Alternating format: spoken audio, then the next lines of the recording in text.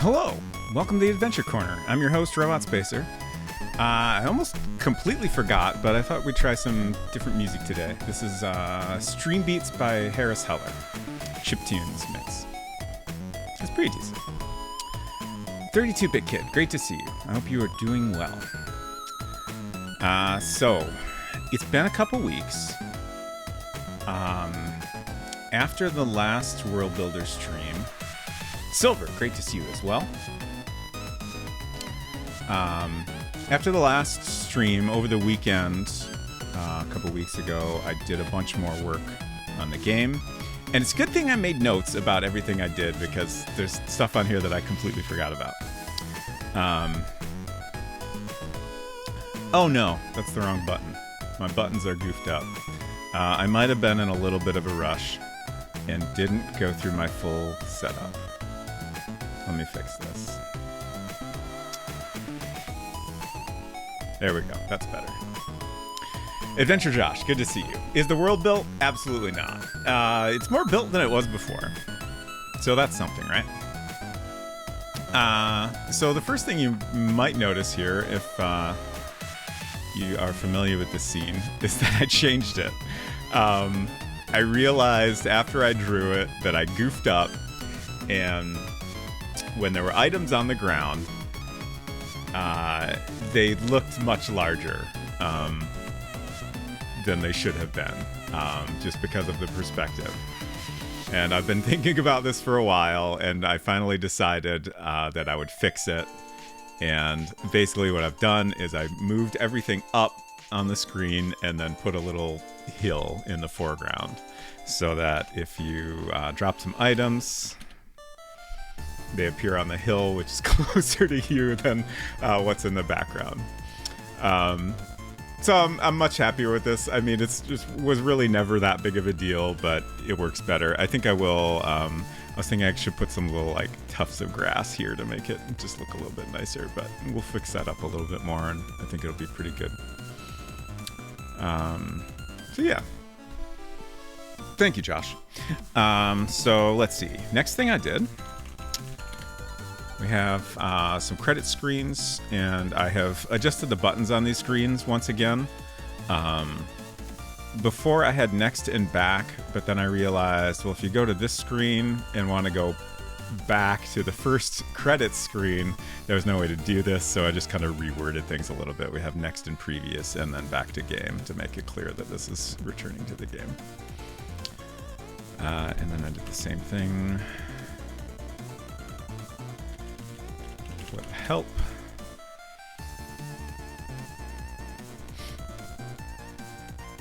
Because we have a couple screens of help as well.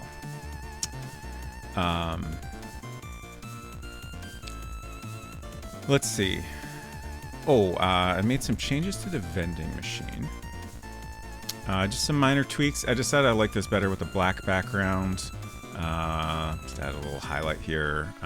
Can't remember what else I did, but it was very subtle changes. Nothing major. And then the next thing I did is... Oh, actually, then let's start over. Next thing on my list is some changes to the egret mechanics here. New game. So we added this puzzle where you start with a fish in your pocket, or your backpack rather, and if you encounter the egret with that fish, you'll get chased away. Keyboard's all dirty. Terrible. So, for example, if we try to go west, we'll get chased off. And previously, we had some text that popped up on the previous screen before we got chased away. Which is the thing, like even in Enchanted Scepters, which is the game that World Builder was created for originally, there's some situations like this where you have to read that text really fast before the screen changes, or it's just gone. But I figured it'd be nicer to do it this way, so you get the text explaining what happened after you arrive at the next screen. So it just tells you that egret chases you back, and you'll never forget the look in its eyes as it came towards you. I did debate a little bit about whether I wanted to give a hint here, like The idea is that the egret can smell the fish in your backpack. But for now, I think I'm going to let the player work that out on their own, and we'll see if that seems like it needs adjusting later. I did add, for a long time, there's been a smell command in the game. So if you type smell, it will say sniff sniff, just a little Laura Bow goof. But now, if you type smell, well, there's a fish in your backpack, it will tell you something in your backpack smells terrible.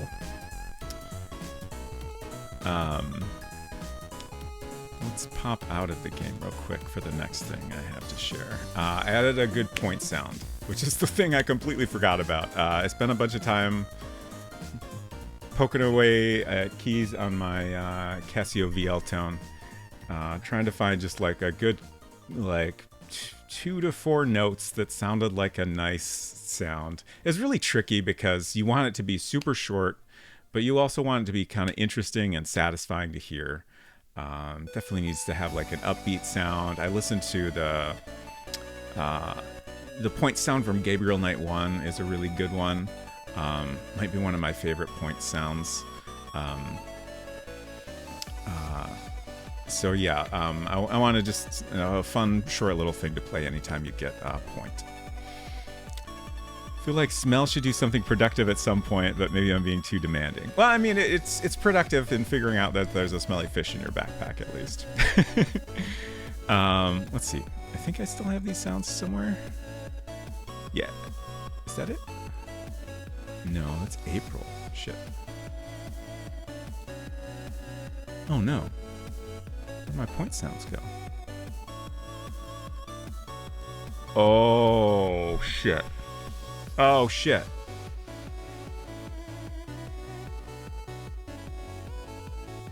I might have goofed. I think we're actually looking at... so when I've been doing work off stream, I've mainly been doing that on my laptop, so I have to copy all the files back and forth, and I think I actually replaced the current version with an older version. Let me just take a screenshot of this. Okay, 11/12 is the last backup, and then this is modified. Also November 12th. Okay. This is easy to fix. The good news is I did not delete the the other version yet, because I knew this was a small possibility.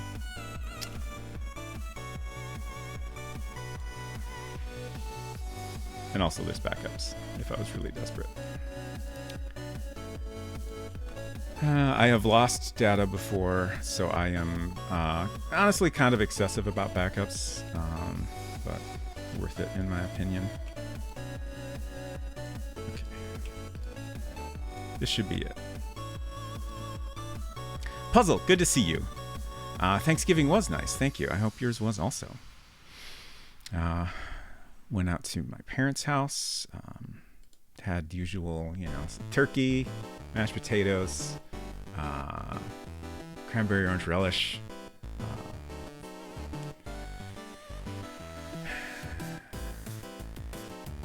beans, some rolls.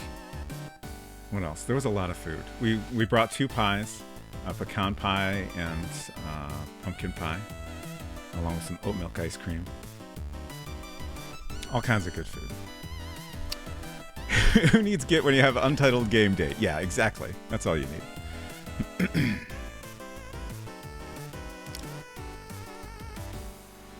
Okay, here's our point sounds file, and let me make sure that this is actually a newer version of the game. Oh, also November 12th. That's probably okay, though.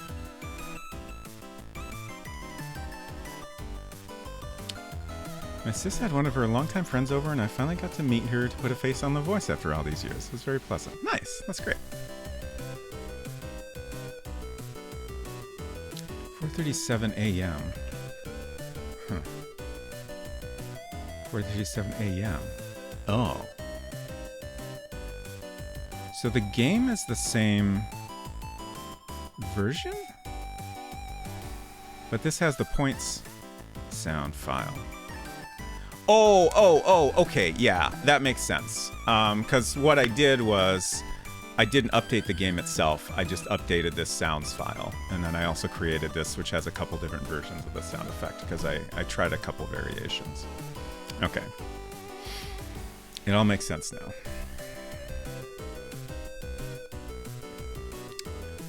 Open library. I just wanted to share the variations I went through here. So I started out with this as a placeholder. Oh. It opened the sound converter, which you can't... It's very goofy. There's a sound converter app that's just for like importing sounds that you've created in a different app, but it can't actually play back the sounds. I guess just trying to optimize code, which certainly was a concern back then. Until point sets. Okay. That's kind of quiet. Let's turn the volume up.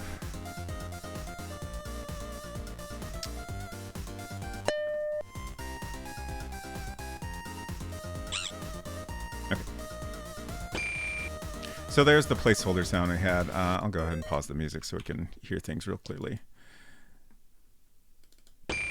Which, you know, is kind of a little bit of the effect I was going for, but it just sounds kind of not great. It's a little bit, has a weird harsh sound to it. There was my first attempt at a sound. And it was definitely too long. And also it ended up having this kind of weird, like it sounded fine initially, but after going through the conversion process, like World Builder has to be a specific specific format that's like much lower quality than you would get using a modern recording. And after converting it over, there's just kind of this weird like warble to it that I assume was always there. It just for whatever reason became more prominent. It's just kind of subtle thing in the background. So I tried to shorten it first. So that seemed a little bit better, but there's still that little bit of a warble there. So I ended up changing the instrument, which helped minimize that a little. And also just kind of changed it up a tiny bit. But that's the final one, and I think I'm pretty happy with it. Frankly bizarre how many sound formats were in active use on the early Mac OS.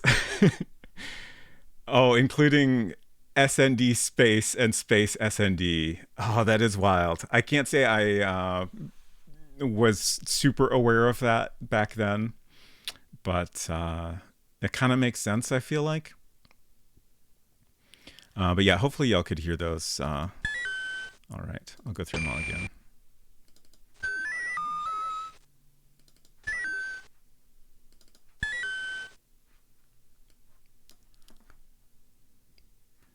So, didn't give an example in the game. Puzzle says, oh boy, my favorite topic, the conditioning of point sounds making us feel good. So, if we go south here and give the fish, we get a point for that. And then we can also, let's see, I think search and find a token in the machine here. So that gets us another point. So yeah, I think that works reasonably well. I'm happy enough with it. Let's see, what else do we have? Oh, I found a fun little new thing. I'm constantly learning new things about World Builder. Previously, I ran into this situation where if you're writing code, you can check what the player has typed. So, say, for example, the player types take egg. You might write code that says, you know, if the text equals egg or take egg, excuse me. And then, you know, you would do something based on that input. Sorry, I accidentally, oh no, I deleted something. It's fine. I deleted something in a different window.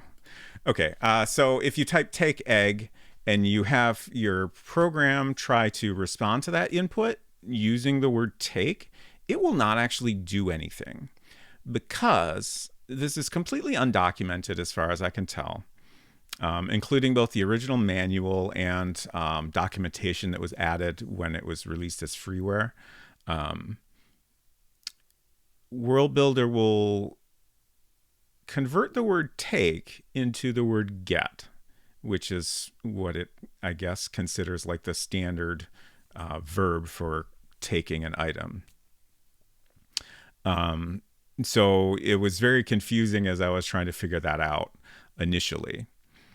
And I ended up running into the same thing in this screen because I wanted to have the option of giving the fish to the bird. One way you can get past the egret is to simply drop the fish. You can drop it anywhere, and as long as you're not holding the fish, then the egret won't chase you away anymore. But, you know, it makes sense that you could also give it to the egret. And I had written some code that checked for the text give fish. And for whatever reason, it wasn't working. And it confused me for a little bit, but then I was like, oh, right, that whole thing with take and get. So I was like, what the heck would be a different way to say give? And I remembered that one of the like built-in mechanics of World Builder is like this simplistic RPG combat system. And there's a couple of kind of unique things you can do within that system. One is that you can aim at particular body parts of the enemy you're fighting. And then the other thing is that you can try to bribe them.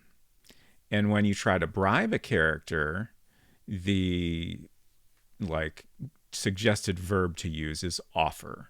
So you can type offer and then an item name. So once I realized that, I was like, oh, I bet it's doing the same thing and converting give to offer before the code ever runs. And sure enough, that was it. So I just had to change my code to check for offer fish. And now it works if you type give fish or offer fish. So a little confusing to figure out, but once you know what's going on, not too hard to deal with. And then also, my thought was that if you just drop the fish somewhere, you'll get past the egret, but if you give the fish to the egret, you will get a point. Culinary Disaster, good to see you. Hope you're doing well. I hope you had a great Thanksgiving. I hope everybody had a great Thanksgiving. I should say that. But Culinary Disaster did a special Thanksgiving stream. It sounds like it went great. I'm sorry I was not able to stop by at all, but I hope you had a wonderful time. Let's get some music going again. Super fun. Great. I also redrew the token once again. I decided to make it a little smaller, I think is what I did. It still feels kind of large, but I didn't want to make it too tiny. And that reminds me, I almost forgot about this. I found the coolest fucking token. There were some other tokens we showed off recently, but this one is, oh man, I'm sorry, I'm on eBay now and there's all kinds of interesting tokens. Okay, let me get this on screen here. We'll just do this the lazy way. It's fine. One moment while I select the window for capture. Safari. Okay. So here's this very cool token, and also appropriately, it is a transfer token, and I also love that its value is 2.5 cents. But just a really neat design. Twin City Motor Bus Company. And this is also a Minneapolis token, which I think the other ones that we looked at before were Minneapolis as well. Let's see if I can find any of them. If you search for bus token, they come up a lot, so I feel like there's got to be some on here. Man, these are all cool. Who fucking knew that bus tokens were so interesting?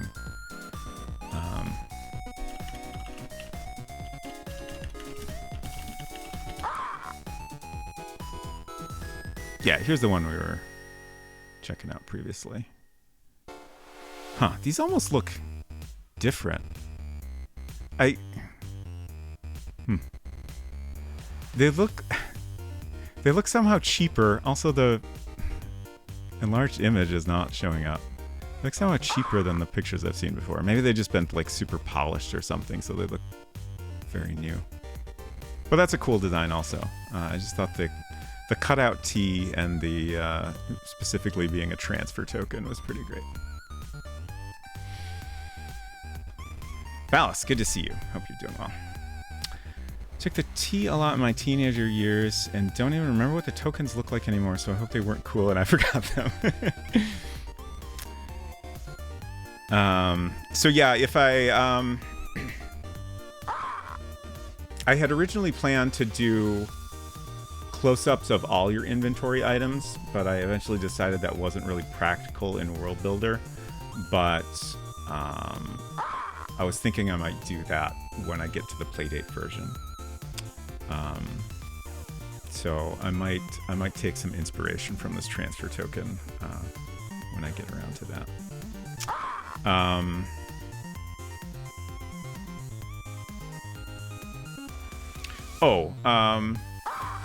One thing, but going back to the point sound that I figured out. Thank you for the egret. We got a lot of egrets going on here. It's set up as a random sound in this scene, which sometimes it takes a long time for it to play at all, and sometimes it just happens a lot. But I think I kind of talked through this on stream previously, but I decided that if you there's some cases where you do an action that gains you a point, and then also as a result of that action something happens that makes a sound. And I wasn't quite sure how to handle that scenario before. Like, I could play the point sound before the action sound. I could play it after. I could maybe... Excuse me.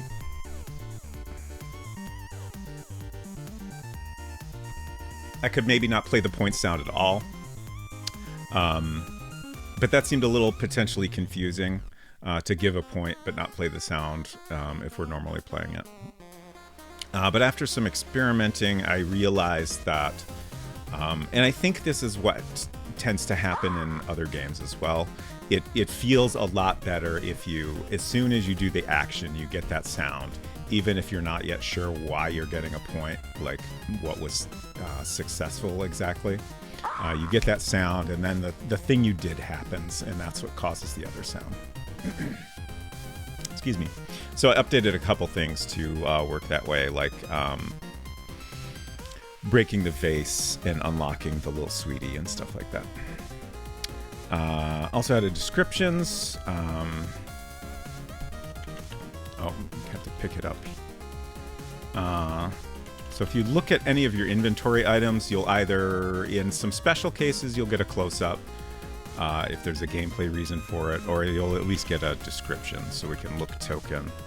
It says it's a small metal coin. It says valid for one transfer on it. And you can also look at the fish now, though I think I gave that away, so it's gone. Yeah.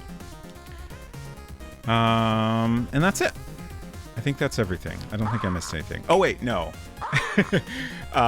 There's one last very important thing, which is that our global code is dangerously full.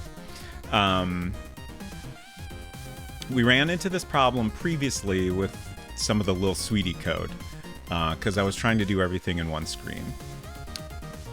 I think it was the Lil Sweetie. There are a couple areas that have been an issue. But then I decided to split it up into multiple screens, and that solved that problem. But I always knew the global code was a concern as well. This is code that can run on any screen. So there's a lot of things there to handle, like, for example, looking at an inventory item. Because, that needs to happen the same way no matter where you are.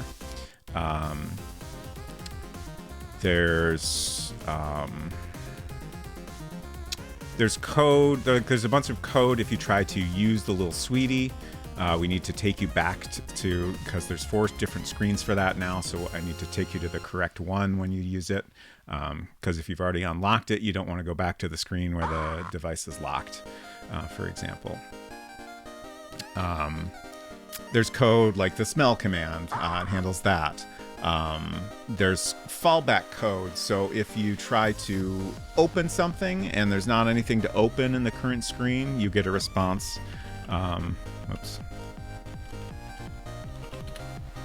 That says you can't open anything here.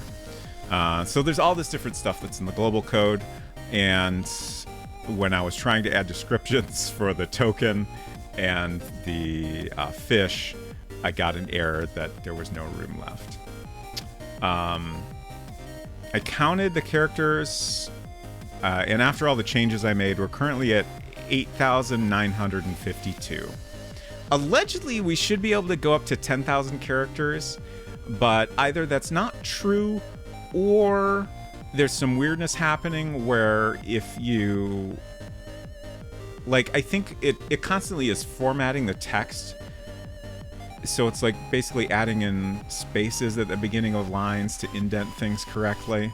So I think what's happening sometimes is that if you're trying to add code in the middle of a lot of other code, it's like adding all these spaces afterward to indent things more because you're missing an, end or exit. It's complicated, but basically I trimmed down a couple of descriptions and took out a couple things that weren't super necessary. So it's okay for now, but we might have to delete some more things at one point. Oh, right. Another thing that's in our global code is like we have this cheat items command, and that's like a whole bunch of lines. So as soon as we're done testing, we can delete that. Or, if it starts to become a problem sooner, I can, not have every single item there. So there's some cheat codes that we can remove, but it's getting a little tricky. The good news is we're almost done, so I don't think it'll be too much of an issue. It's just going to be a little bit annoying until we're wrapped up. Okay, I just saw this fish. I think maybe we'll start with that, because that's a little bit easier thing. I think this scene is pretty much done. I don't think I'm going to spend too much time. Like, I think I'm happy enough with the building and the vending machine. And the egret, this all looks great. But we need an angry version of the egret. I wouldn't say it's 100% necessary, but I think it will come across better and also just be a kind of a fun thing to draw, where like if you get chased away by the egret, it looks at you, it looks straight at you, and then you get chased off. So we'll start with the fish, and then we'll maybe move on to the angry egret. And then we're very close to being done. We have, at the end of the game, we're going to have an alternate version of this scene where there's a bus has pulled up, and getting on the bus and handing over your bus token will be the final action of the game. So I think I'm going to basically completely redraw this scene. I could potentially just have the bus in the background over here.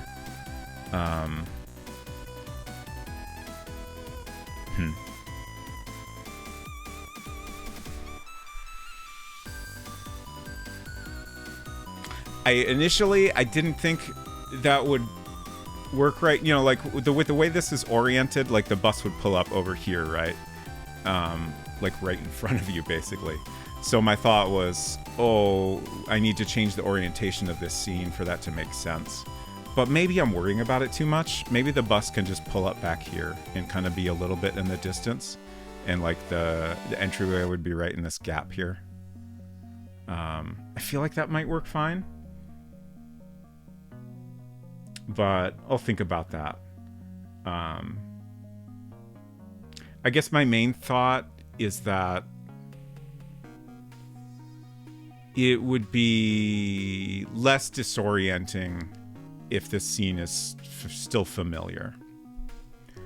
Because I was a little concerned about that. Like, my plan was that I would kind of rotate the camera 90 degrees so that you can see the bus and the door to the bus, but then also see the bus stop here off to the side a little bit. But maybe we can make that work. And that'll also be a little less work to draw. Time to change all your variables to one letter. That's the thing. I don't have control over that. The best I could do is change item names, but those are also displayed to the player. Like, you know, fish. That is both the text that is displayed to the player, you know, in cases like this description is generated automatically by the World Builder engine. And that's also how we refer to that object in code. There's no like, you know, there's no like code way to refer to an object. It's all one thing. And then like variables, like just for storing numbers, that's all you can store in a variable is a number. And those are all set. It's a letter, a number, and then the number sign. And you don't have control over that either. So yeah, there's not a lot we can do there to slim things down, unfortunately. It's very, very complex. Okay, let's see. Just catching up on chat, making sure I didn't miss anything. Thank you for the vending machine compliment, Culinary. I'm very happy with that, with how that came out. It's pretty fun. Sniff, sniff. Yes. Oh. Sniff, sniff. It's fascinating to me that Dragon Magazine wrote 2 articles about this. Really? All right, I gotta look that up.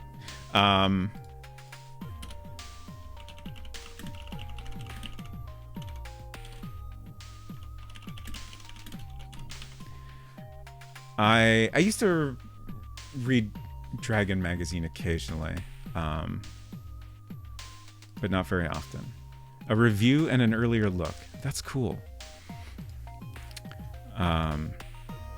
Okay, so let's draw this fish. We'll make it look a little bit more like a fish. Did I? I think I found a reference for that. Yeah. I didn't want to have to Google a bunch of dead fish photos on stream.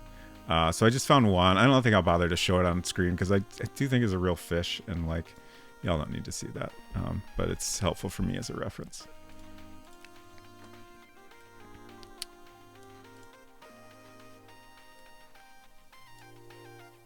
Thank you for the fish. Oh, I do need a screenshot of that just for the size reference. Not super important, but helpful. Not familiar with Dragon Magazine. Let's see if I can...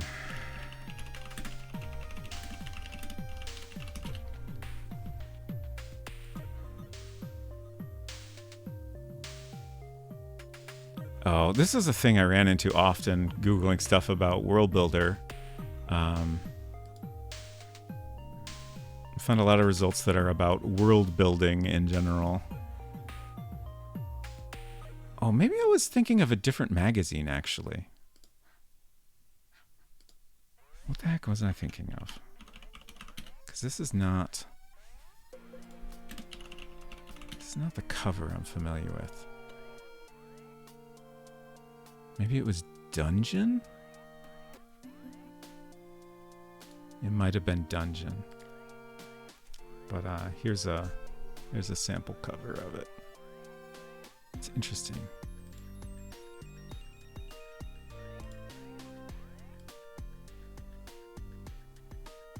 Anyway. Yeah, an old D&D related magazine, yes. Dungeon Magazine was Here Are Awesome Published Adventures. Okay.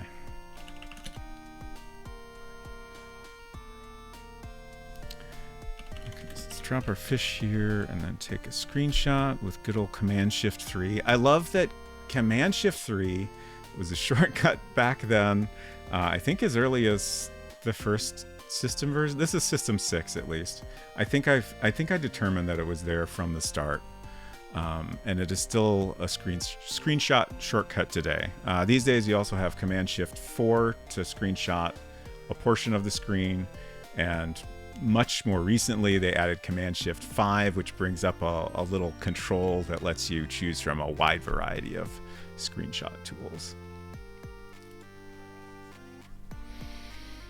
They'd have articles like how should fireballs really work, with musing on how hot they would be and what they would melt, etc.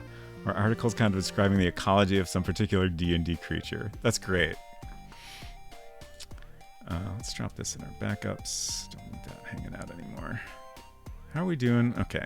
We're starting to get a little low on disk space. At some point I need to transfer the backups onto a different disk to free up my main hard drive, but we're okay for now.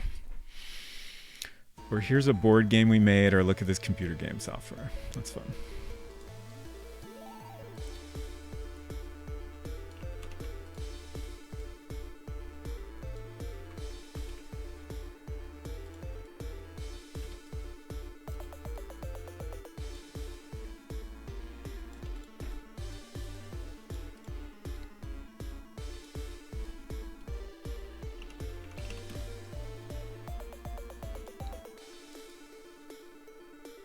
Oh yeah, I mentioned this in my Go Live message, but this is going to be probably the last World Builder stream of the year, because next Friday is December 1st, which is the first day of December.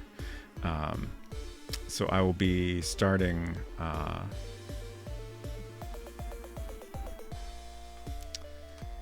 Conquest of Camelot next week. So unless I find time for a bonus stream, which frankly is not very likely, this will be the last World Builder stream, which means there's no way I'm going to finish this game this year. But we could still finish it before we hit the 1 year mark on these streams, which I think will be in March. So I guess that's my new goal. I think that's very obtainable. We'll see how it goes, but I think we can do that, and that'll still feel satisfying. I just want to make sure this doesn't drag on forever and that I do eventually finish it. But I don't think that's a problem. I've been making lots of good progress lately. Should figure out some DOS games to play on my anniversary stream. Ooh. When is that exactly, if you know?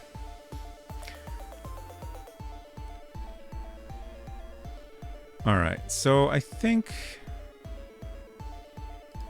I'm trying to decide how to approach this. My reference is kind of at an angle with the fish kind of pointing down to into the bottom left corner a little bit more, and I'm trying to decide if I want to keep that same perspective or not. I think I will. Let's see how this goes. We can do some rotating in click art effects here. Saturday, December 2nd. Oh, nice. It's real soon. My affiliate anniversary is very early January. I think it's actually January 2nd, if I remember right.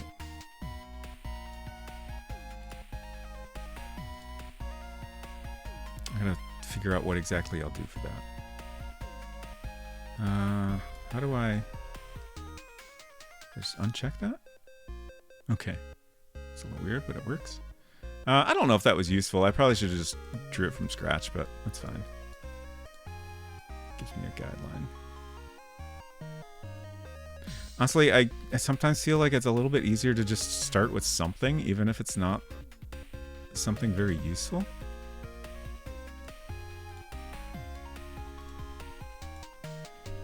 Unfortunately, Twitch thinks my affiliate anniversary is in like June, so no party hats, but I'm just going to continue celebrating at the time I celebrate my VTuber debut anniversary. Right, you mentioned that recently. That's weird. Do you have any idea why they think it's in June?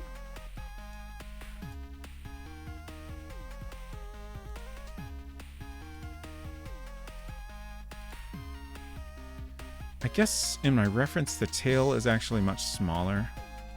So I'll stick roughly to my reference.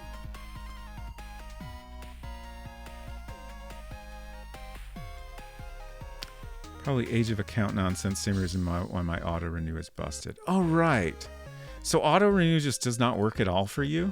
You have to subscribe every single time? That's so messed up.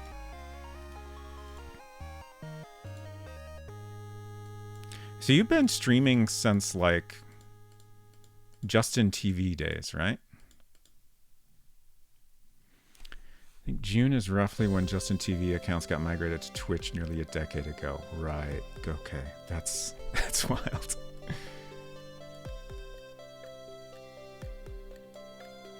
Gosh.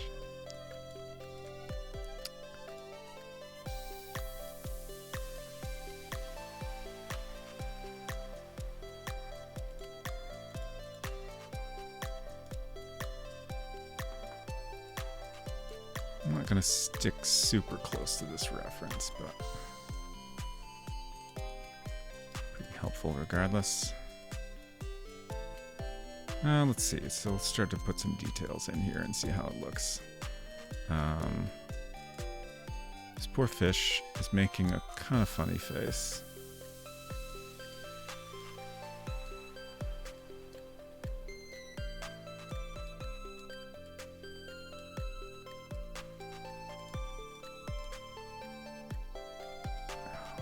It's so hard to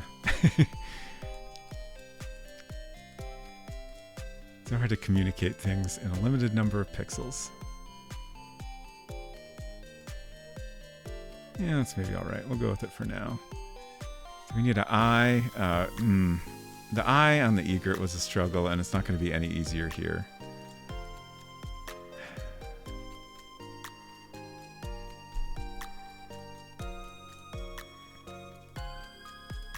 I would like, this reference has, you know, it's got a very visible pupil and then,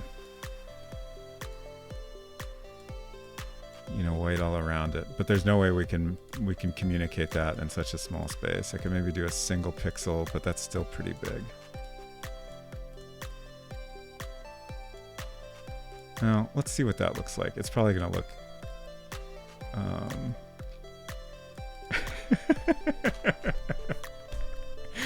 I gotta admit, I'm a little tempted by this. It's kind of ridiculous, but maybe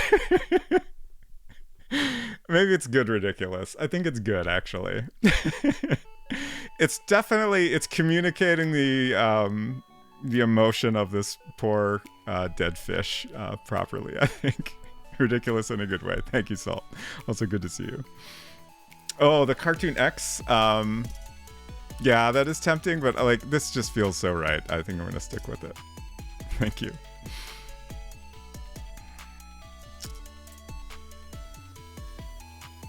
Okay, so we need some little fins on here. Let's make a copy. Since we only have one undo, it's good to make copies periodically in case I goof something up. I'm gonna add a little bit more roundness up here. We got a fin. Hello. Hello, 6-7. Good to see you. Is this a dorsal fin? And am I getting that right? Does anyone know their fin terminology? I feel like that's right, but I could be making things up. It's not bad. And that might be the only fin name that I know. There's another type of fin down here. Dorsal is back, ventral is not. Okay, so is this a ventral, or we also have this one up here that's like on the side up front. Shape feels off. That's not bad.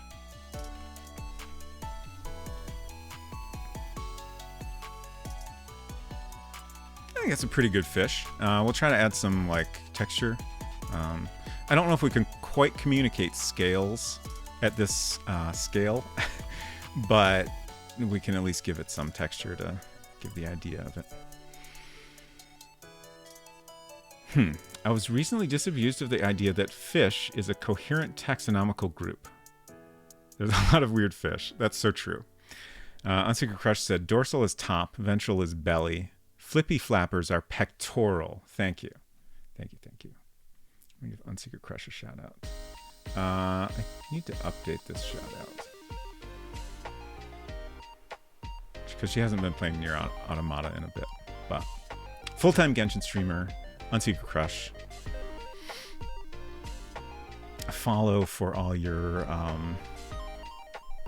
Genshin lore streaming and Paimon voice. That's how there's biologically no such thing as a tree. Yes, this is another thing I've heard that confuses me. One day you'll get back to Nier. I hope so. It's a good game. You should play more of it. IMO. It's true for a lot of common biological terms. Yeah, I feel like that makes sense. I'm struggling with how to accomplish this texture. Like, you know, it'd be great if we could just use the paint bucket and put some scales on there, but I don't think that's going to look good.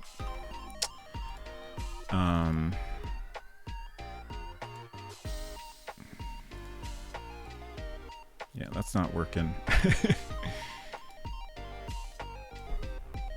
I really wish there was a way to have the paintbrush not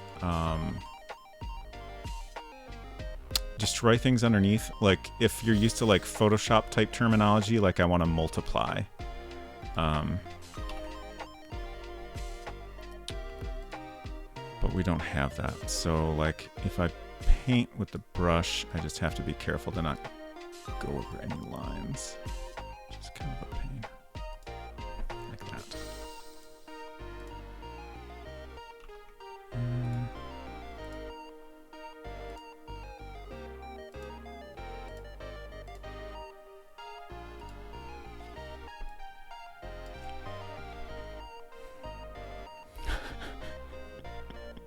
Trying to give her more games to play?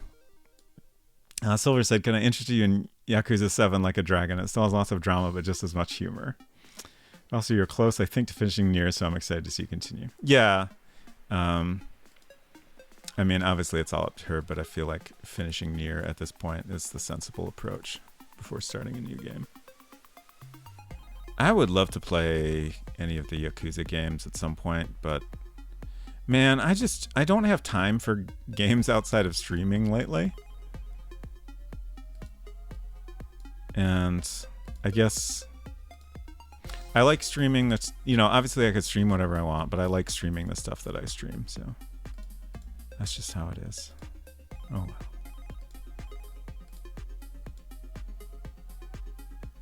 well.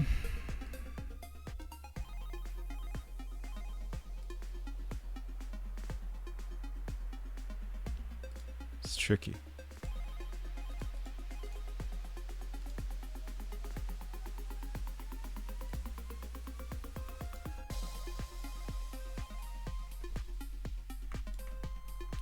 I just realized I'm getting like a little bit of Magikarp vibes off this fish. I think that might be good as is. I think we'll drop that in and see how it looks in the game. But I think that's pretty good. And let me try adding just a little bit more pixels on here.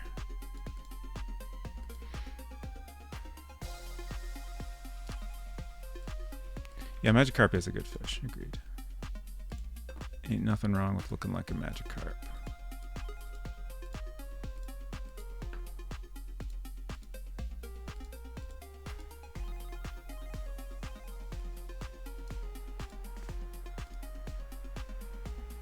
Just try to experiment a little here. Let's see if I have this pattern.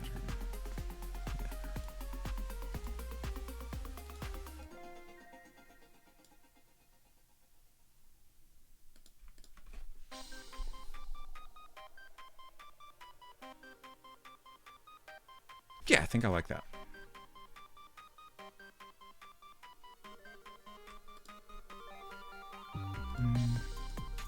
One more thing I want to try.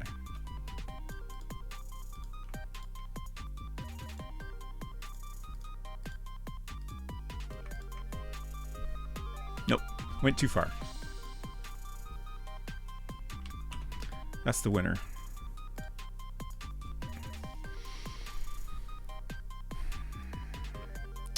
Six Owen says, near a tomato, like a dragon. Can you find more games with prepositional phrases? At dead of night counted too. I got nothing. Remembering from my betta fish keeping phase, there's also a caudal fin, but I forget where that goes exactly. And bettas have a couple dangly fins at the bottom front that aren't, they're flippy flappers. Is flippy flappers a technical term?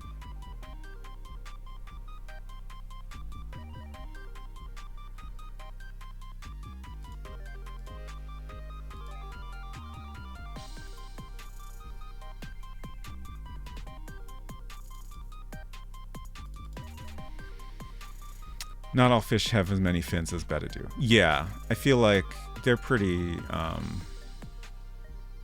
fin heavy as far as fish go. See, I think our fish should be way at the end of this long list.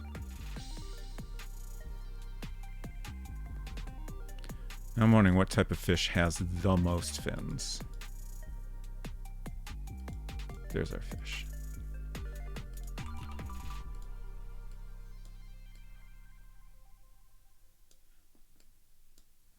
Doesn't need to be in that exact spot, but somewhere around there is going to be good, I think.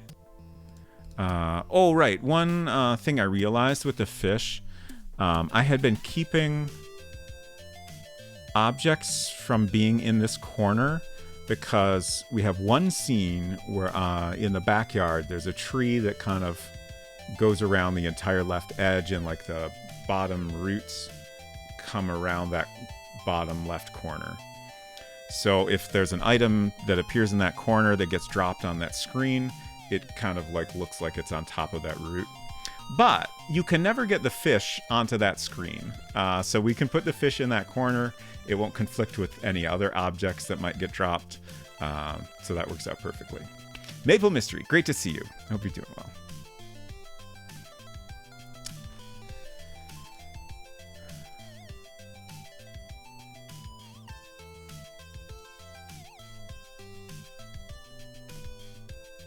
Oh, Unsecret Crush said caudal fin is the technical term for tail. Okay. Forgot all about that one. Somehow. Probably, maybe the most, well, it feels like an important fin. Is that kind of like is that kind of what they steer with primarily, would be my guess? I don't know how being a fish works. I feel like that makes sense. So let's cheat items. Okay, it's pretty good placement. This is just my cheat code to drop all the items in one screen, so I can, like, no player is ever going to do this, most likely, but, you know, if somebody drops a couple different items, I don't want them overlapping in a weird way, which is definitely a thing that could happen very easily. So having them all on screen just makes it easy to check. Okay. That's fish complete. Now, actually, let's cancel that. Now we need to draw an angry egret. Oh, thank you for the fish, Maple Mystery. I love, oh man, I installed this, Frankerface Z extension in OBS, and it changes the way emotes work, and it's very confusing. Okay, I'm learning, but I love this fish emote. Yeah, that's the one. But in this case, it's an extension, not just an emote. That lets me have the pronouns extension directly in OBS, which is nice. It just comes with all this other functionality that is built in, apparently. Okay, so we're gonna draw a version of this egret that is looking at you. I haven't decided if that's the only difference in the drawing that there will be. I had originally thought maybe it's got its wings up, like it's kind of getting ready to fly at you or something. But I'm kind of wondering if maybe I should keep it simpler. Okay, so I've got I got a search here, egret looking at camera, which has some good results. It's kind of funny, like if it's looking directly at the camera, it's like you can't see a lot of it. This one's pretty funny. I guess that's a great blue heron, judging by the text here, but you know, close enough. My thought is that this is another funny one. Is that maybe it's looking a little bit off to the side, just so we can see a little bit of its beak and, you know, its eye as well.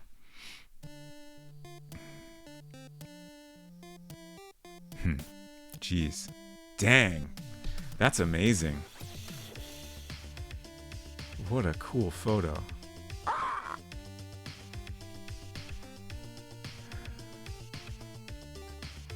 I'm just trying to find a picture of an egret. You know, kind of standing like we have, but with its wings like partially up. So kind of like this, but from...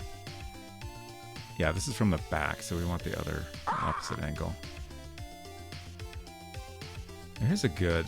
This is very close to what I was picturing. So I'm going to save that as a reference.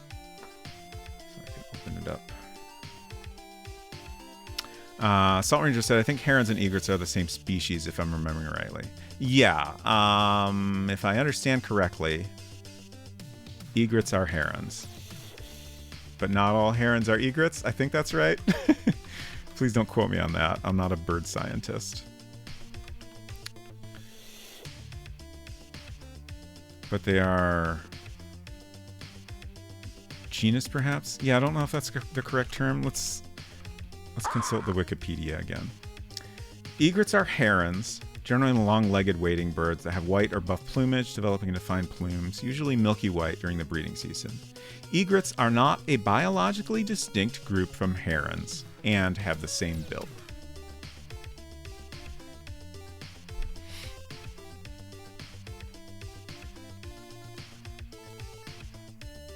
Genus is the smallest grouping of species. Okay.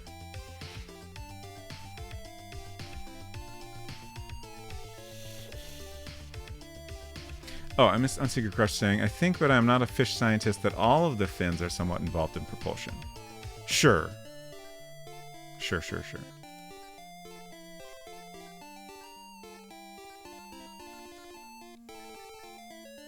That's a fun picture. Whoa. What? Breeding plumages. Huh. Wow. Looks like the whole group of herons and egrets is a family. Araidae? I don't know if I'm pronouncing that right. So I'm looking at videos of my old fish and they seem to be wiggling their whole bodies a little when moving forward.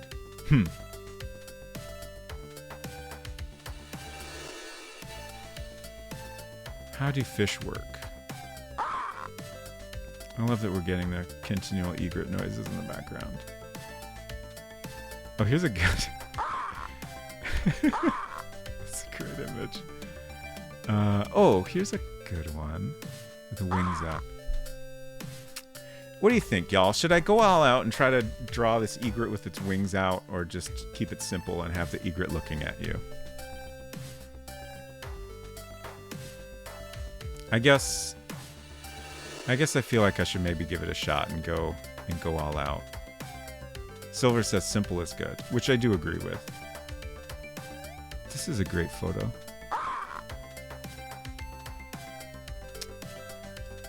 I also think this new ice cream is good. Oatmeal cookie. Ooh, that does sound good. Val says, I'd say simple, but that's not going to stop you. That's true. If I got my mind set on something, nothing is going to stop me. And it's possible I do have my mind set on it, but...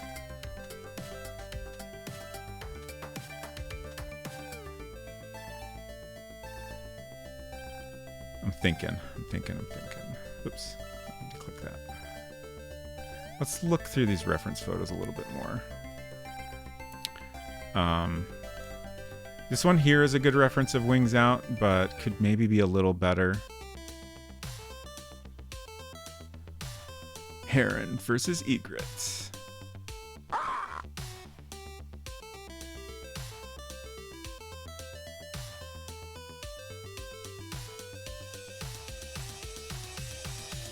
It'd be great if I could get like the exact pose that I'm picturing. That would make it a lot easier. Ooh, Salt Ranger has a good argument. Understated might be more menacing given the tone of the game overall. That is a fair point. One thing we could do, we could start with just having the head turn, and we could see how that looks. And then if it seems like it's not enough, then we could try drawing the wings out. So maybe we'll do that. Or we could just look at bird photos all day. Also a valid option.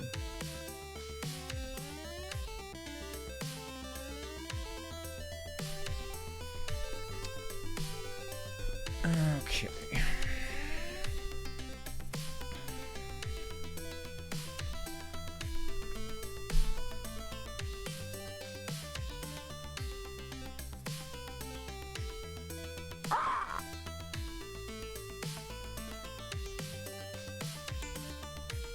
Just looking at my reference here.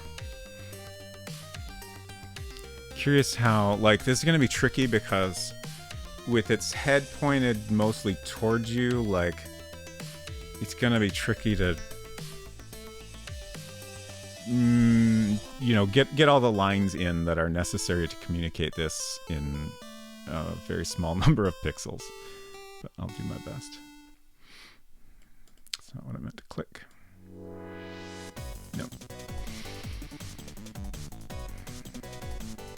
The current taxonomic tree of herons splits like 13 times, so I guess it's not easily summarized. Okay. I opened a world builder, but that's not what we want. We want Mac Paint right now. Let's see, we should have a file with the current version of the Egret, so we will open that and... Oh! I clicked too many times. For some reason, I do that almost every time I open the artwork folder. Just not patient enough. Thanatos13 official, welcome. Thank you so much for coming by. If I remember correctly, you are participating in December, is that correct?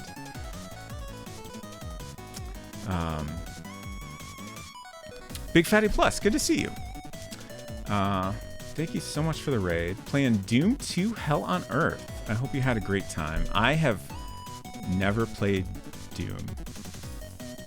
I'm pretty sure that's true. I've maybe played it like the teeniest bit. But I really ought to... I think it was Val that said I should play Doom. So someday I will play a Doom. If you're new here, I'm Robot Spacer. We are building a game in a program from 1986 called World Builder. That's kind of designed for... it was actually used to create one of the very first point-and-click adventure games called Enchanted Scepters.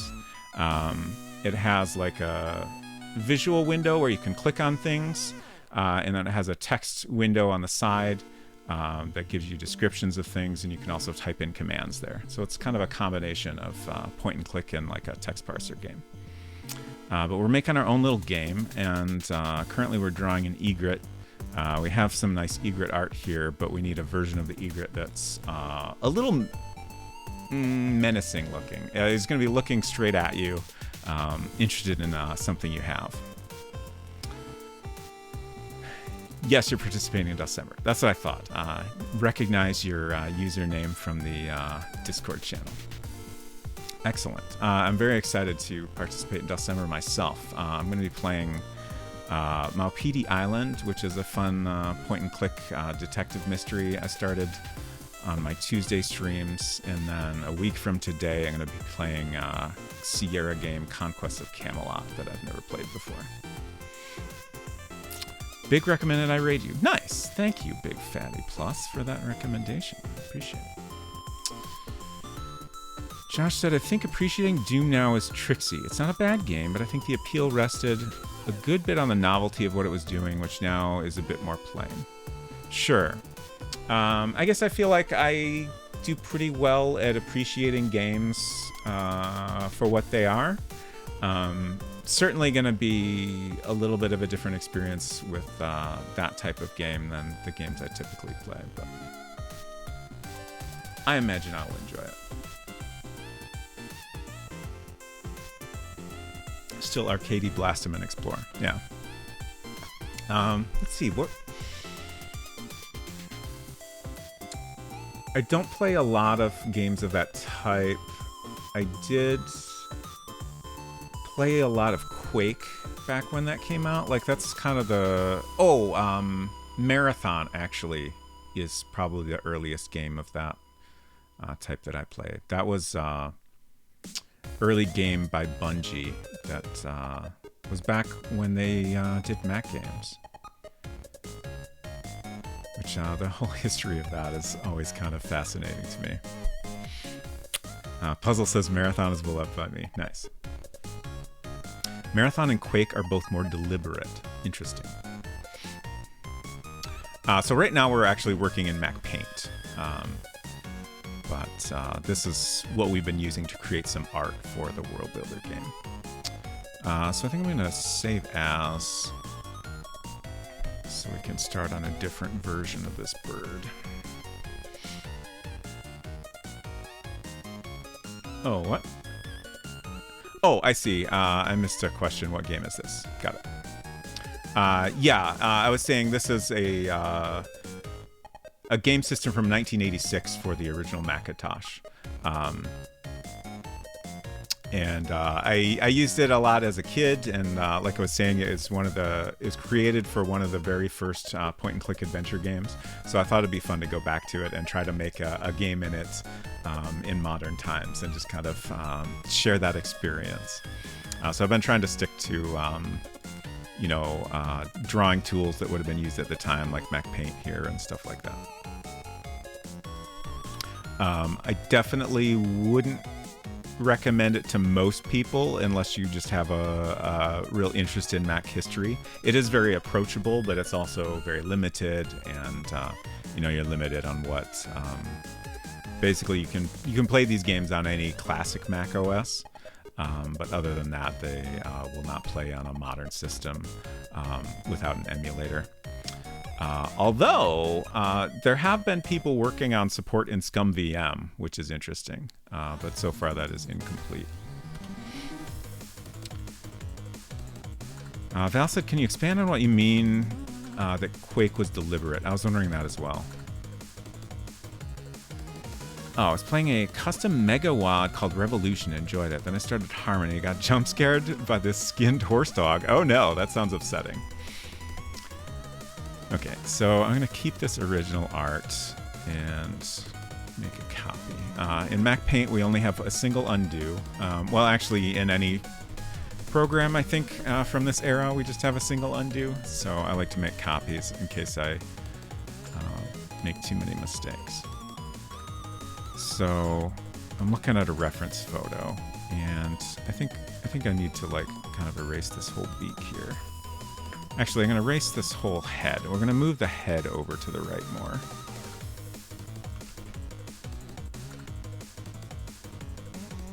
And I think it'll he's going to be kind of lifting his head up a little. So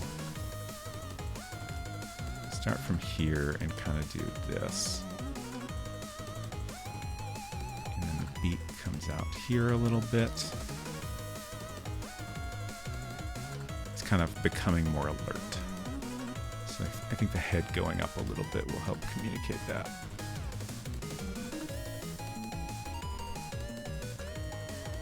That's pretty good. Let's go just a little bit further with it.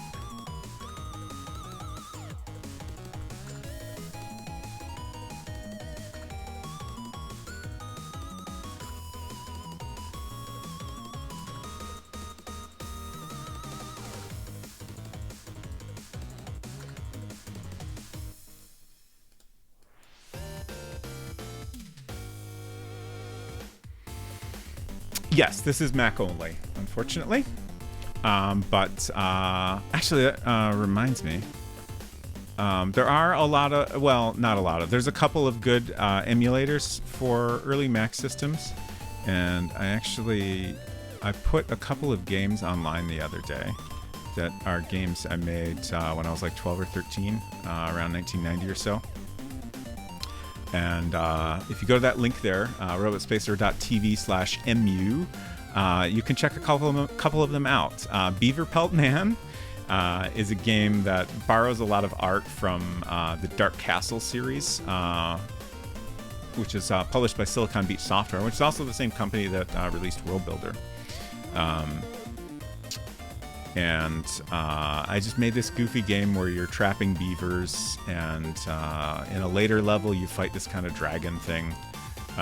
It's a very, very difficult game. It's not good, but I put a lot of time and love into it, so I wanted to share it now that I've finally recovered it from my old floppy disks. And then the other game is called Pump It Up. This is a game revolving around Reebok made these shoes where there's like a little basketball in the tongue, and you push the basketball to inflate your shoes.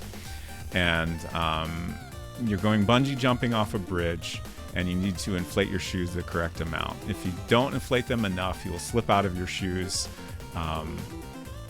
And if you inflate them too much, the bungee cord will break. It doesn't make a lot of sense, but it is what it is. That one has pretty much all original art. I borrowed a couple of sound effects, but that's a little bit simpler game, and again, it's not very good, but it's a little easier to play. You basically just have to figure out the right amount of air to put in your shoes based on the current wind. But both of those are packaged in a way that you can play them right in your browser. It'll automatically launch Mini VMac, which is an early Mac emulator that is my preferred one. You remember those shoes? Nice. Yeah, my brother and I both had them, I think, when we were kids. Certainly didn't need them, but they were fun. Tried making games before, but never got very far. Yeah, I feel like that's a pretty relatable experience. I have completed very few games. Like, these two games are pretty much complete, I would say. Beaver Pelt Man could have definitely used a little bit more polish, but it's a full game, like, with multiple levels that are all pretty different even. I'm surprised I got as far as I did with that. I spent a lot more time as a kid making games that were never finished. Like, I'd do a bunch of like little animations. Actually, Beaver Pelt Man includes a folder for. I started working on Dark Castle 3. And there's a folder there where you can see how far along I got on that, which I think is more indicative of what I typically did, was put together a bunch of ideas and animations and then just kind of got bored with it and moved on to something else. More recently, around 2000, I got hired along with a couple friends of mine to create a demo for a children's educational game. So for that, we made a complete demo, but they never got the funding, at least while I was working with them, to create a full game. So that never became a complete game. But it was still fun to work on. And I'm trying to think if there's anything else in terms of like games, I can't really think of anything else that I've ever managed to complete. But I still, throughout the years, have worked on little projects now and then. So hopefully this will be another one that I've finally finished. Thanatos says, I've been working on my own games off and on throughout the years. Like, I feel like it's a fun thing to do, even if you don't finish them. Like, I don't know. To me, it's a hobby, and I enjoy it, and that's the most important thing. Hello, Hinton. Last World Builder stream ever? Oh, I wish. Unfortunately, probably not the case. Not that I want it to be over, but I would love to finish the game. But yeah, I don't think that'll happen until next year. That's okay.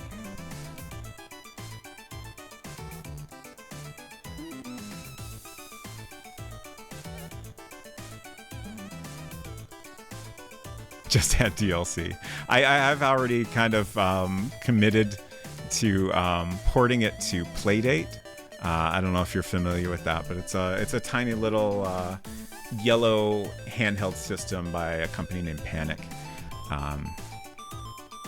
and it's a neat system that this is made by a company that for years has created Mac software, and you can very much see they're very inspired by early Macintosh systems when they made this. It's a 1-bit monochrome screen, so just pixels are black or white, just like the original Mac. So I thought it'd be a good system to port it to let a slightly bigger audience play it. Yes, that is the one with the crank on the side, correct.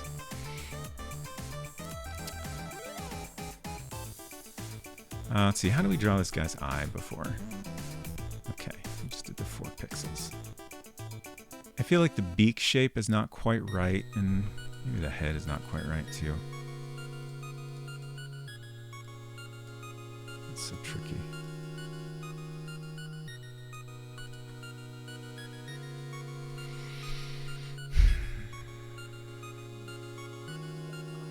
So the thing I'm realizing now is it's really hard to give this menacing look with a limited number of pixels. Oh. I was trying to drop the image so I could share it on screen into my browser, but I've accidentally made it my background, which is funny. Let's try this. There we go. So this is my reference, and I feel like a lot of the menacing nature of this look is in this eye, and I have no way to communicate that. I can maybe get a little bit of this kind of frown, but it's tricky. We'll figure it out, hopefully. And if not, it's still looking more directly at you than it was previously, so if nothing else, we'll be communicating that it's looking at you. You've caught its attention, and that's kind of the main thing we need to communicate. I think I'm gonna try to point this beak. I should make a copy of this before I mess it up further. But I'm gonna point the beak a little bit more directly at the camera. Can. Oh, forgot to switch back.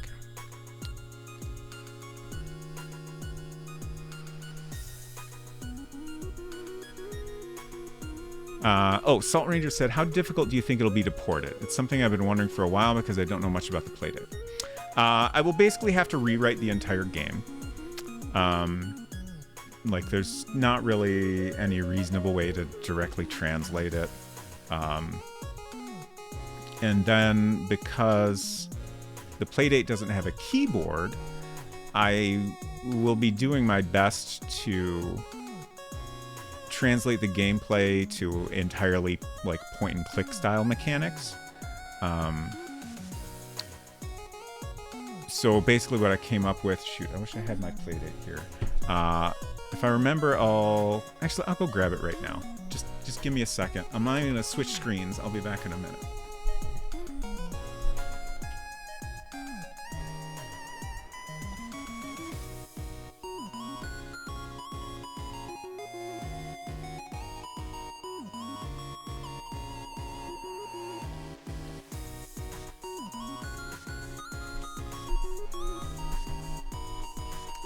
Okay, as I was going to grab it, I was like, oh, I bet the battery's dead. I haven't used it in a bit, and it is. But I can plug it in, and I can show y'all what I've come up with in a little bit here.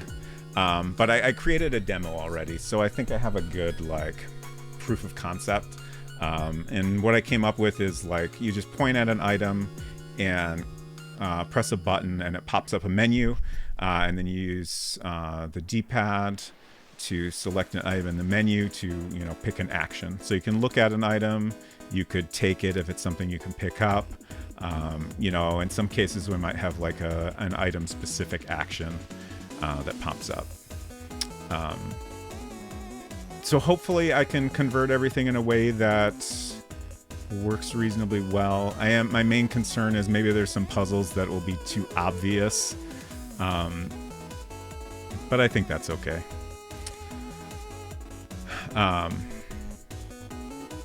And then the other thing is that the screen is wider, so I will have to expand all of the background art. I think it's actually not quite as tall also. I think what I came up with, I kind of like doubled the pixels, if I'm remembering correctly, because it's a pretty high resolution screen. I'm not positive that's correct, but that sounds right to me. But yeah, basically I have to make everything a little bit wider, but I don't think that'll be... I mean, it's going to be a lot of work, but I think I'll enjoy it. Definitely doing the art for this has been the most fun. But yeah, in terms of like the code, I'll be completely rewriting it. But that's fine. I'll learn how to program for Playdate, so that'll be a fun experience. Maybe I'll decide I want to make more Playdate games. And I'll also be learning Lua, which is one of the languages you can use. So that I think is useful.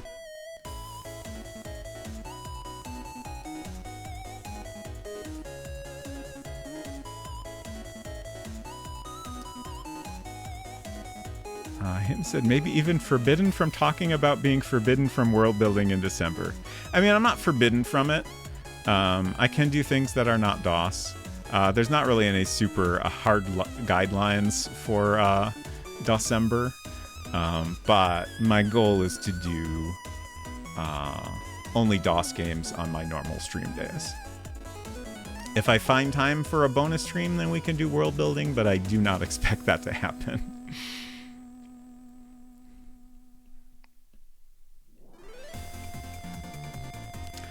Josh said, I used to do tech support for networking on Macintosh computers, and talking about the media access controller Mac was super confusing. I bet. That sounds like an ordeal.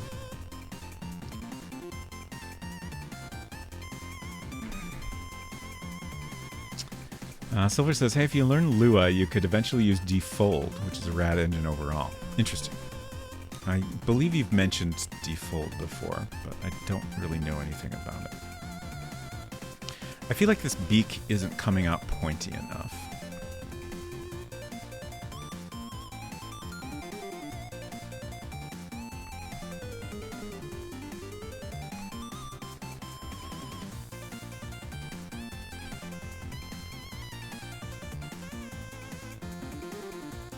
I'm once again making too many changes. I feel like I should make another copy. Just in case I have regrets about what I've done. I'm just trying to get a little closer to this reference in terms of like the position of the head.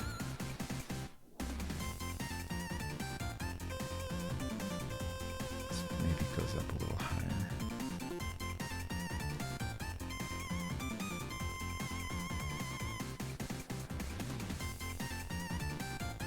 And I would love to get a little bit of this frown in here.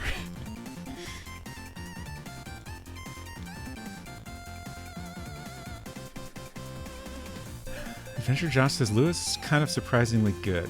Yeah, I've been pretty happy with what I've done with it so far. So I have experience in, used to do a lot of JavaScript and honestly still do. I guess before that I did stuff like, was it ActionScript in Flash? I think that's right. World Builder, I guess, would have been the first language I'd learned. I don't think that language has its own name. Don't Did a lot of stuff in HyperCard, which... Is that HyperTalk? I could be making that up. It's been so long. But like I feel like those are the main... Oh, Director. What was Director? But I did a lot of stuff in Director as well. And then more recently, Objective-C, which is Apple's language that's built on top of C. And most recently, a lot of Swift. And with that background, like, I feel like Lua has been very easy to get the hang of. Definitely the worst. The worst thing I've run into is the arrays are not zero indexed, which is not too big of a deal as long as you remember it, which I guess is the tricky part. Silver said, Default is a game engine with Lua-based game logic scripting. It was originally made by and for King, the makers of Candy Crush. They then gave it over to a foundation that opened it up to everyone and maintains it. Fully free, although source available, not fully FOSS, free open source software. Is that what that stands for? You can do whatever you want with the source other than make your own engine with it. Oh, okay. That's fair. LuaJIT was made by basically one guy and is essentially just as fast as Chrome JavaScript with all the millions spent on it. Oh, wow. And then Silver says it supports both 2D and 3D and can export to Windows, Mac, Linux, Web, PS4, and 5, and Switch. Wow. Okay. That's pretty neat. If it doesn't have a name, you get to name it. I don't have a good one. Sorry. Encountered HyperTalk when it got kind of decoupled from HyperCard. Oh, it did? Fascinating.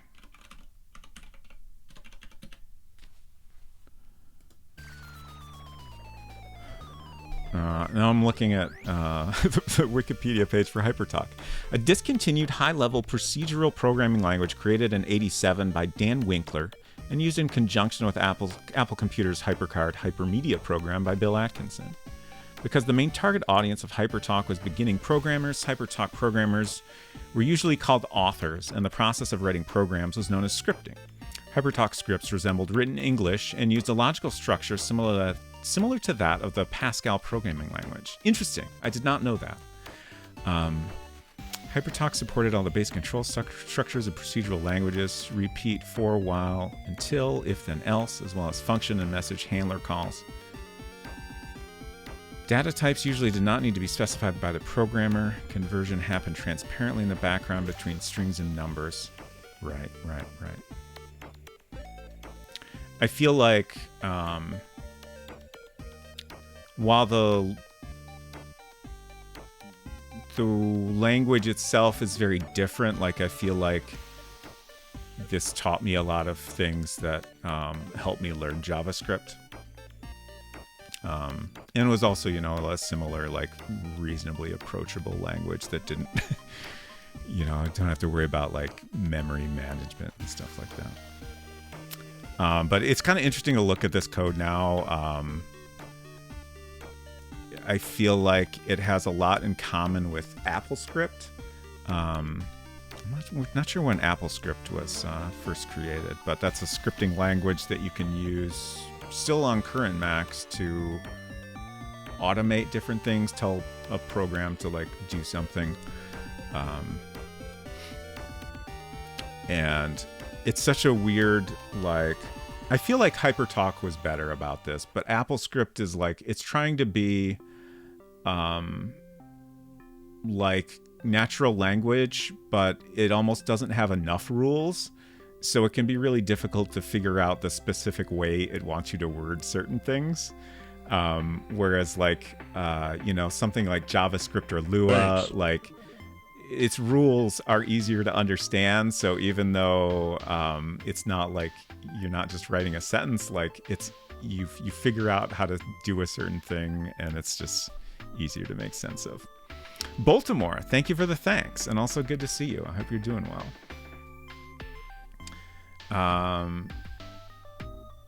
I was watching your Day of the Tentacle stream and then caught like just the teeniest bit of you starting Gabriel Knight. What did you think of the... I guess you've never played any Gabriel Knight, is that correct? But what did you think of the Anniversary Edition so far? I love all the Gabriel Knight games. They're all drastically different. I have never played the Anniversary Edition of the first game. Gabriel is a pig of a man. Yes, this is accurate. Day of the Tentacle is amazing. Great. But you enjoy it so far. Yeah, like it's an interesting like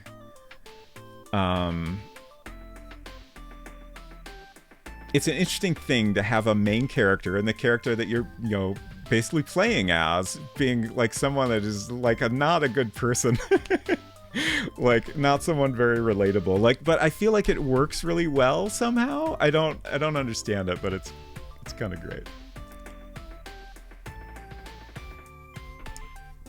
I don't know. I've been noticing that a lot lately in various things, like especially like detective mystery games, interestingly.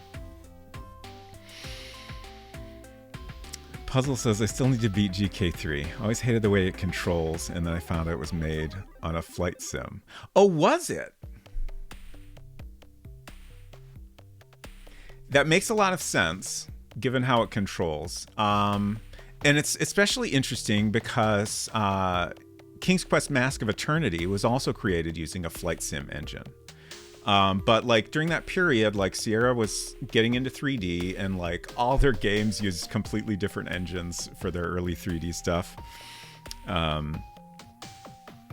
But yeah, it's interesting that those both started with a flight sim as a base.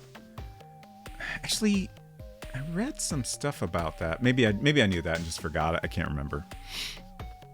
I do remember reading some stuff about the development game. The main thing that stood out in my mind was I remember that they had the way the animations were done in that game. They were like tied very directly to the 3D models. So at one point they realized that the 3D models needed some improvements to make them better, but like it wasn't really feasible because they would have had to redo all of the animations. So that's why some of the models just look a little bit weird. Love that everyone gives Gabe shit though. Yeah. Yeah, I think that's a lot of why it works so well. Like, everyone agrees that he sucks. Unsecret Crust says you knew that. You talked about that when you streamed it, or am I thinking of King's Quest? Yeah, King's Quest is the one I remember talking about that for. But it's possible it came up when I was reading about Gabriel Knight as well. I think there's something about Gabriel that is likable, while you also despise him. Yeah, like I think that's true. I honestly I couldn't tell you a single good thing about Gabriel Knight right now. But like I think it's important that he's not a completely detestable person. Like that, I feel like that's key to like this approach for a main character. Like he's got to have some redeeming qualities, and like, no, I don't want to talk too much about stuff that happened later in the game. But Bolt says, "I'm only in day 1 of GK1 so far. He's a piece of shit." Yeah, I mean he doesn't change that much over the course of the series, I'll say that much. But like he occasionally shows signs of being a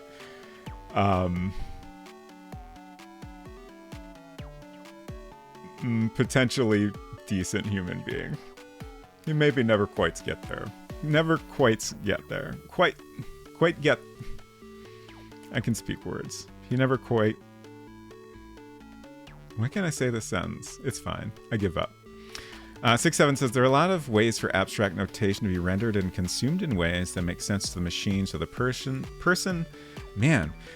can try to grapple with the one that's right and adjust their thinking to conform to the machine. But if you go for natural language but have any imperfections, they stick out and the person will be, I know I'm right, the machine's the one who's wrong. Yeah, absolutely. Puzzle said, good to know because I wanted to get around to finally trying King's Quest 8 someday. On release, I skipped out, but I'd like to try it. So yeah, going back to like those early 3D approaches, like Gabriel Knight 3 is definitely a very weird way to control a game. Like if anyone hasn't played it, your camera, like you play as Gabriel and your camera is like external and also can be controlled and even moved around to different rooms, which is very weird. But like you have full control over the camera independent of Gabriel. And you don't really have direct control over Gabriel. It works kind of like it works a lot like a traditional point and click game, just done in a very weird 3D approach. So like you can, click on things to interact with. You get this really fun, I think, strip of icons to choose from, and it's super dynamic. Like there's some wild icons that come up at certain points in that game, and like that was delightful to discover. But yeah, it's a very interesting approach. Mask of Eternity, King's Quest Mask of Eternity is a very, very different approach that feels a bit more like familiar. Like it's a third person action adventure, basically. Like it's not drastically different from like a modern setup in that genre. But like since it's such an early game, like there's a lot that's clunky about it. But if you can get used, like if you can, overlook that and just get used to it and enjoy it for what it is, I think it's a lot of fun. I am biased because I was a beta tester on it. I love that my name is in the credits of a King's Quest game, even if it's the one that everyone fucking hates. Snowy P, good to see you. Hope you're doing well. All I know is that if you press B key in Gabriel Knight 30th Anniversary Edition, it breaks any animations playing and makes the game go nuts. Okay, noted. That is good to know. Silver says Gabriel's a horn dog, but he's not actively a shitty person, I think. Like he's not hateful. Yeah, he's not hateful, but he does do a lot of inappropriate things, acts in inappropriate ways. But yeah, like I would say I do a little bit hesitate to say this, but I feel like he generally doesn't do anything like too despicable. Nothing comes to mind. He loves his grandma. Yes, that's true.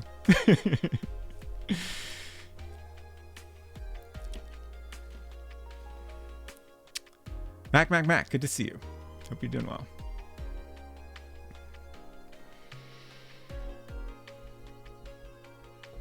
And also, hello. Thank you for the hello.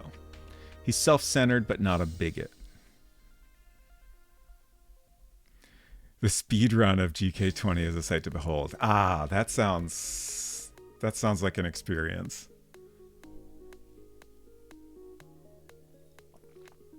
I don't think I've ever seen any of that.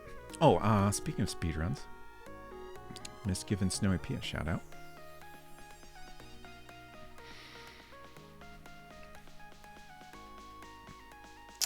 Not completely despicable. High praise indeed. Yeah, I mean, yeah. Off work, big chillin'. Excellent. Love to hear it. All right, let's try to get back to this drawing here. Enough hyper talk. I don't even remember how I got started on hyper talk anymore. So we're just talking about programming languages in general. So I'm trying to draw this egret for anyone that's come in recently. This is our egret that's just kind of chilling. So that's how he normally looks when you come into the screen he's on. But then in certain circumstances, you kind of draw his attention. So let's see. Got a reference over here. I'm trying to draw something that looks like this. It's a little hard to communicate this expression with the number of pixels I have to work with, but we're getting there.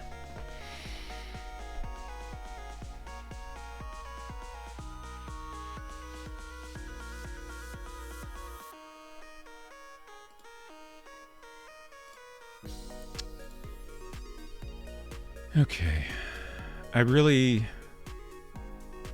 am having a difficult time with this. Like, we can't get this, the look of this eye is impossible to communicate, I think.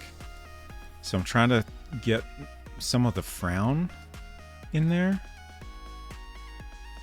And that's not really any easier so far.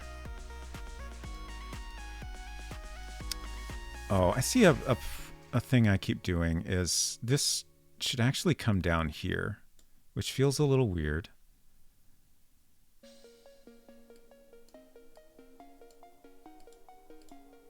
And then maybe this needs to come up a little. It's always tricky to draw things in perspective, in extreme perspective like this, where it's coming right towards you to a significant degree, and it's even harder in pixel art, I think. Just everything always looks so odd, and then when you also have a limited number of pixels to communicate it with, it just gets even harder.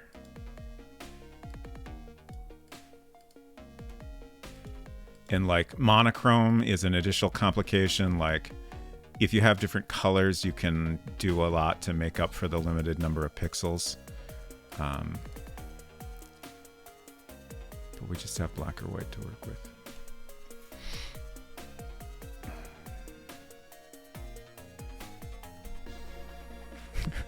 Got much more patience than I do.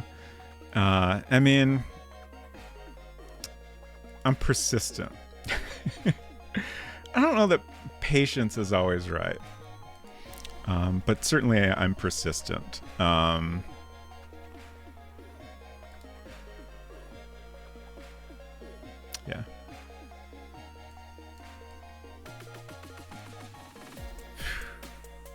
I cannot figure out how to make this frown work.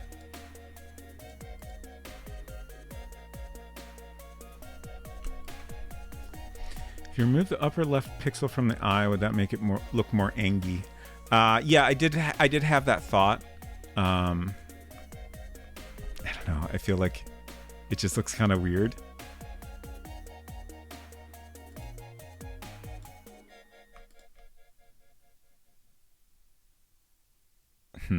Maybe that works. It's not quite right, but it maybe looks a little bit more like it's looking towards you. These lines here I'm not happy with. We might have to ditch the.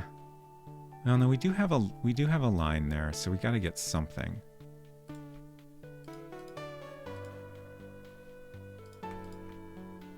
But maybe the frown is not as doable as I hoped. Eyebrows.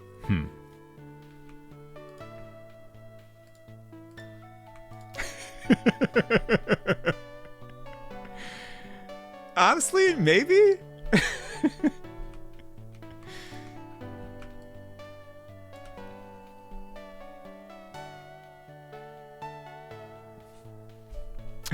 No notes. Good. All right, we'll go with that. Thank you. Very good suggestion. All right. So we're getting close, I think. We need some shading in the beak.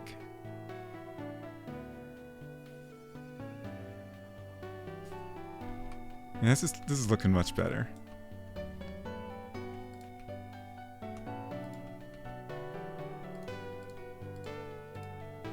Just gonna shape this by hand.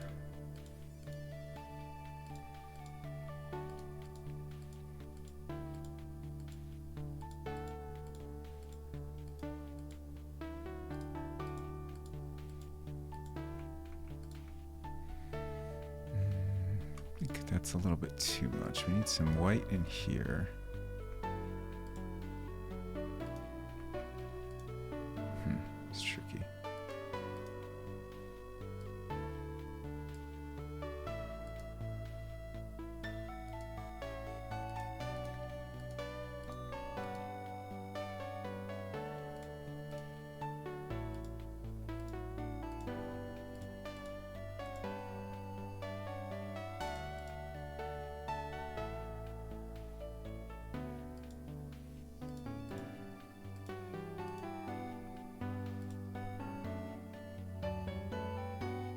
That's getting there. That might be good.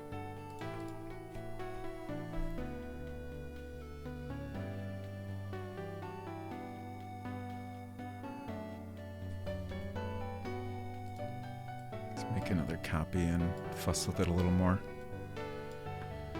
Oh, so is your game going to be a point-and-click horror or mystery game?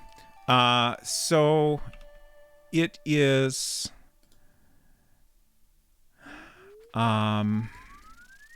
Let's see. I'm trying to think about. It's kind of funny because, I've made almost this entire game on stream. So for folks that have watched all the streams, like, it's pretty thoroughly spoiled at this point. But I've been trying more and more as we get further along to, not spoil too much for folks that have, missed a lot of previous streams. So I'm saying this because our initial, when I first did a first stream of this, I asked folks to give suggestions for our initial scene. And the idea we went with for that first room where you start out has kind of become a spoiler for some stuff that happens later in the game. So I think I'm going to try to avoid saying that. I'm just kind of talking myself through this mostly. So I'm not going to say that, but I will say it is... I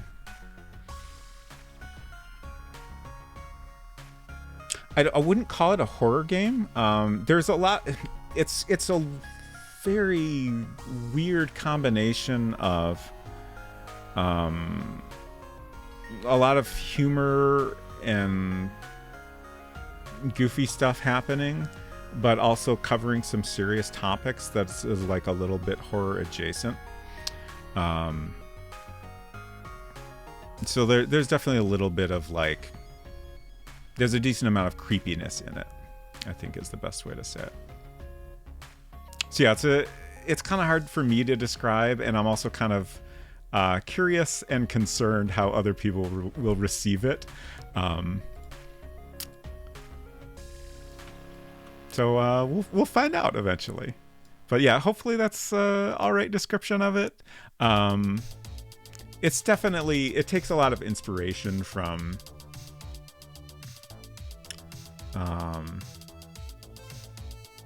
stuff I grew up with, early adventure games. I feel like early adventure games in particular would kind of mash things. They put in humor more so than more serious games, but that didn't necessarily stop them from trying to tell a serious story. And sometimes it worked well and sometimes it didn't.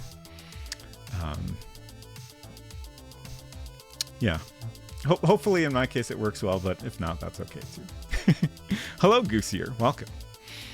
What did you think of Shadowgate? I really like the puzzles. Yeah, I love... so that's part of the Mac Venture series, which is the name for that game engine. So I played on stream Shadowgate for Macintosh. I played Shadowgate and Uninvited for both Macintosh, and then we also checked out the NES versions after. And I enjoyed both of those quite a bit. Eventually, I would like to check out Deja Vu as well, which is the other game in the Mac Venture engine.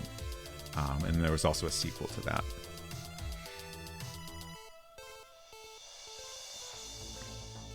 But yeah, I really like the engine itself, especially the Mac versions, because they do some kind of unique stuff.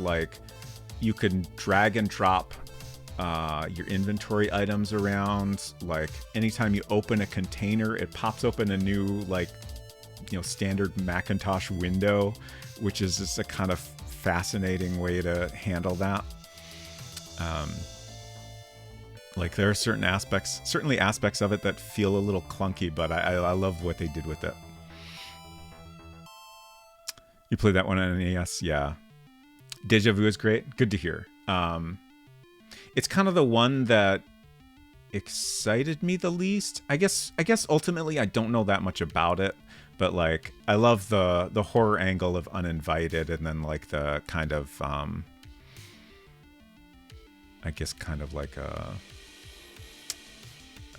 medieval angle on Shadowgate. But Deja Vu, I'm sure, will be a good time too. Yeah, I definitely want to get to it at some point. I just haven't gotten there yet. Shadowgate is very good. I love the music in some versions. Yeah, that's another thing. It's weird, but like, I never really thought about this a lot growing up. But looking back on early Mac games, there's generally not a lot of music. Like, a lot of sound in early Mac games is like audio samples. Like that kind of thing was super common. And I think, you know, that was a thing like the Mac was designed to do. So, you know, game developers took advantage of that. But, you know, in order to play like an audio sample of like a real recording, like that takes up a lot of space. So there's not really any way to do like a full song that way. And I don't know if it's just like doing MIDI music was maybe difficult on an early Mac for some reason. Like maybe the software wasn't there to accomplish that in an easy way, or if they just decided not to. But yeah, the Mac versions of those games, there's some like limited music, like in Uninvited. There's like a record player, I think, that plays a little song, but that's kind of the only music in the game, aside from like, you know, you get a jingle when you die, of course, that kind of thing. But Uninvited, I love to pieces. Deja Vu, I'd like to beat someday. Ooh, interesting. But why don't you play Deja Vu? Would you play the Mac Venture first? Yeah, definitely. Like my approach to playing any game that's started on the Mac, like I always want to play that version first, just because I grew up on a Mac, and like I like to share that kind of stuff as much as I can. So yeah, that's definitely the one I would start with, and then I would probably check out the NES version after. Ooh, Silver says, I just got a weather warning. Significant snowfall expected tomorrow morning. Wonderful. Yeah, I'm not really... I wish... I wish the transition to winter was a little more gradual. At least in Michigan. Like it goes from summer weather, and then like we get like, I don't know, maybe a week of like decent fall weather, and then it's like total crap fall weather, and then suddenly it's winter. And I'm not ever prepared. Something about the mouth doesn't quite look right. Let's see, I already made a copy so we can fuss at this.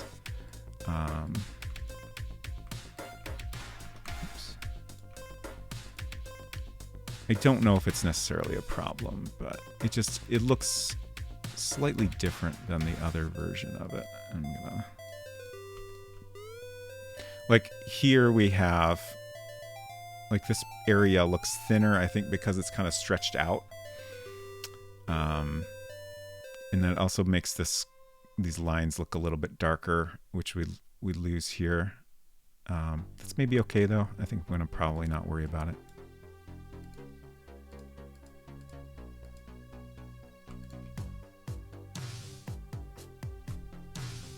Yeah, I think the frown is a little too much. Okay. So we'll call this one done.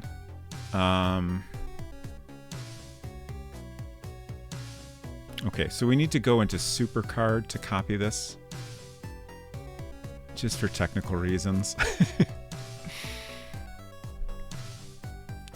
Related to older adventure games, ScumVM just had an update that adds support for a lot of the old Nancy Drew games, which is rad. Yeah, the last I heard, they were looking for testers for those. It was like, I want to say 2 through 5, if I remember correctly. I don't know if that means they already had support for the first game, or if that's just like a group of games that all had the same engine. I actually have the first game right here. I picked up on eBay. So that's another game I'll be playing at some point. I'm excited to check it out. The Her interactive games are very interesting from what I've seen of them. I was gonna say, I had something in my brain about ScumVM, but I lost it. ScumVM's great though. Oh yeah, someone, speaking of Mac versions of games, some people have been working on adding support for certain Lucasfilm games, specifically the Mac versions of those games. So like a lot of games, you can play the Mac version in ScumVM, but in many cases, it makes them look a lot more like the DOS version than they actually would have been on a Mac. Which, you know, is fine. You can still play it. It's all going to work fine. But you're not really getting the experience if you're trying to, recreate what they really looked like on a computer back then.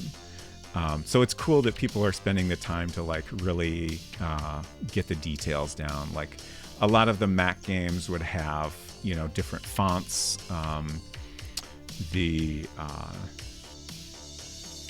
Kind of control bar at the bottom of the screen, like all your action buttons and stuff, like those looked very different and used a different font than they would have on other systems and stuff.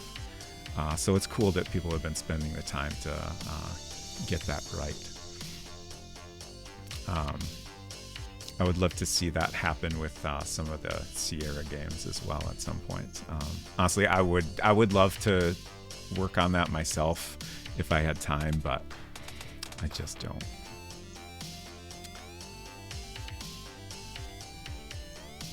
Snowy P says the UK has consistent fall weather almost all year due to the Gulf Stream. Yeah, all year might be a little bit much, but at least like consistent weather, like there's certainly something to be said for that. I don't know. I like that Michigan has like, consistent seasons. It's just like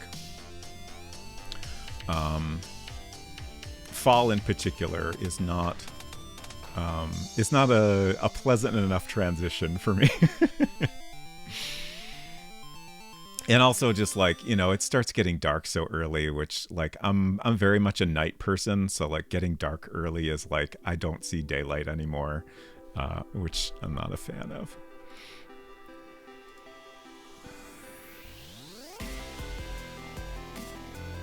Now I feel like I'm watching Silver's stream.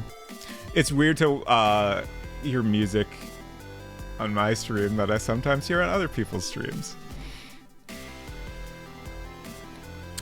What am I doing? Supercard. Or Super Paint, excuse me.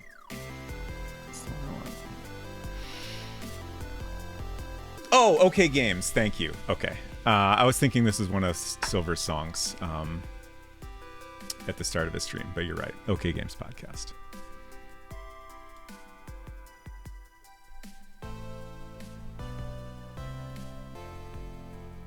Snowy P said, reminds me of a quote of John Cleese, my favorite day in the UK is summer.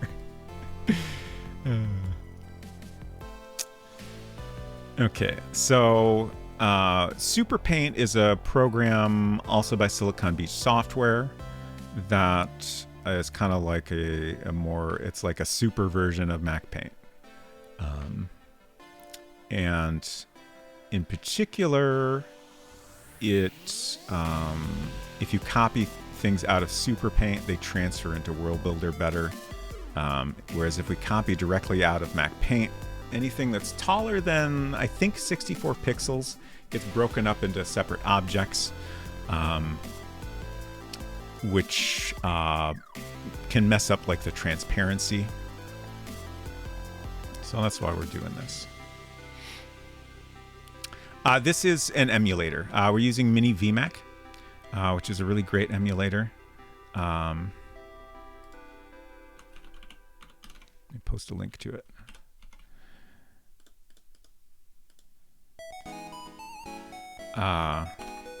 Like it a lot. We're running on System 6. I do have, in the other room, I have a Macintosh 512K, which is basically the original Mac with a little bit more RAM, double the RAM. And then I also have a Mac Plus. That's the computer I grew up with, like the exact one. Unfortunately, it doesn't run anymore. And I also recently bought a Mac Plus, which does mostly run, but there's no way for me to stream from it. Some folks have figured out a way to like add basically an HDMI port to it, which I would love to try to figure out someday, but there's not anything like... I think at some point someone was selling like a kit to do that, which I would have loved to get one of those, but there's nothing as simple as that anymore. So it will take some learning if I ever want to get around to that. I did do one stream where I just put a camera on it to share a little bit. And I will probably do a setup like that again when this game is finished for like a complete playthrough of it. But it's not an ideal setup, of course, so this works well for most stuff.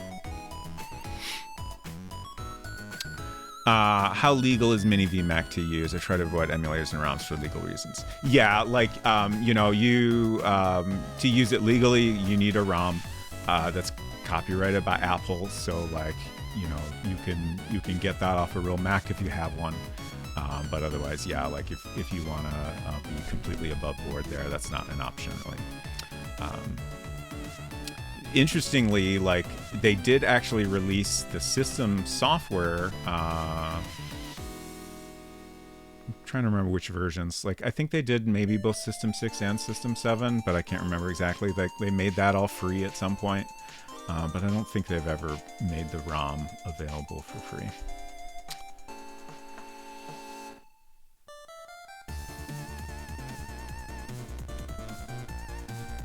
An iMac G4, the flower pot thing, and it runs Mac OS 9. Nice. That's a fun system. I really like System 6 is...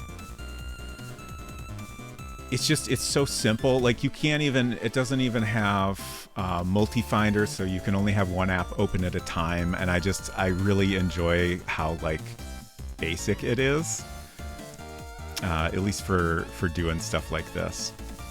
It just kind of... It's fun to embrace the limitations of it, I think. And, you know, being able to run it on an emulator on a modern computer makes it a little less tedious. You know, like, things are definitely faster than they would have been. So not being able to have a couple applications open at a time isn't too much of a hassle. Just because it's fairly quick to bounce between them. Okay, so we're gonna paste this in here.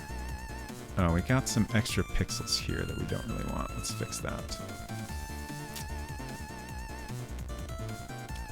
We do have a bitmap editor in here, but it's extremely basic, so I really only use it for quick edits like this. Okay, the rest of that looks good. So I'm just going to line this up so it's in the same position. And then we need to create a new object. Okay.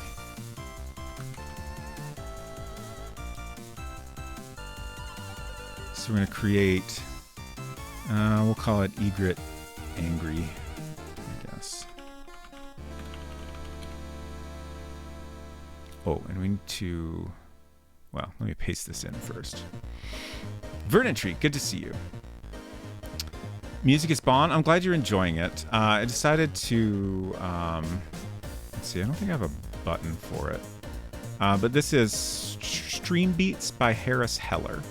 It's a bunch of tracks that anybody can use for streams, YouTube videos, you know, anything like that. They even have like legal forms you can download. Like if someone says, you know, hey, I'm giving you a copyright claim on this, like you have a form you can download that says you have the rights to use it. There's also a form you can report if you know you have something like that come up that they might need to look into. So it's pretty nice that there's I think a bunch of different things like that available.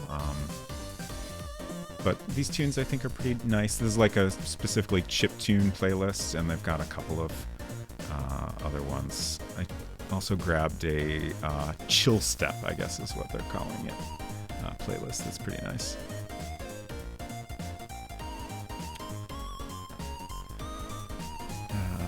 Give me a shout out, Pretty Tree. Hope you're doing good.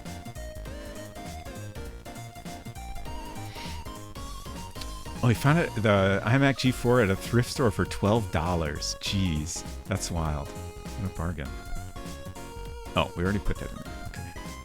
Forgot what I was doing. So we need to immediately make sure to set some info here. We want this bird to go in storage because initially we have the normal happy bird on the scene, and this just comes in through programming in certain points of the game. And then we also need to make sure it's an immobile object, otherwise the player will be able to pick up the bird, which we do not want. It would be funny, but... Okay, so now we are going to write some code to make this angry version appear. Closing in 150 followers. Nice, congrats. After fluctuating for 2 years. Very cool. So storefront is where our egret is.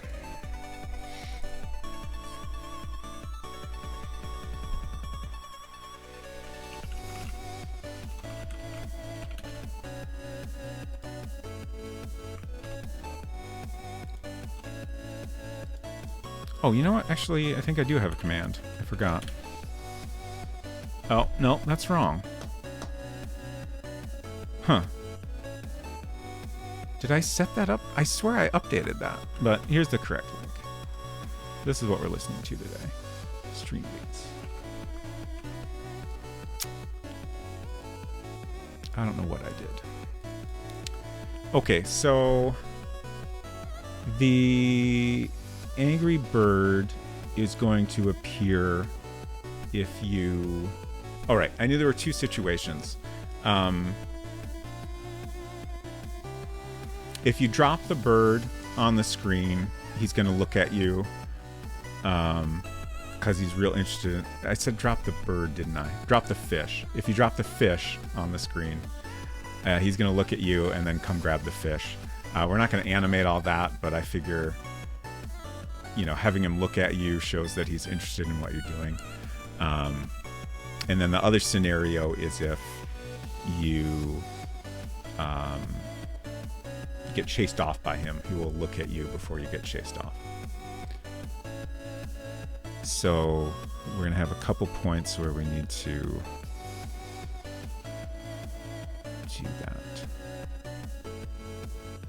Sorry, my brain got distracted by some minor complications, but I'll explain that if we get to it.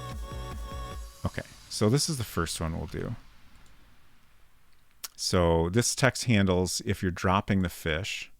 And I talked earlier about how the game converts the word give to the word offer before your code ever handles it. So this code here actually does nothing, but I am leaving it in just in case, and also just kind of it's useful to, you know, remind me that this word is being handled in some way, even though the code won't ever match this.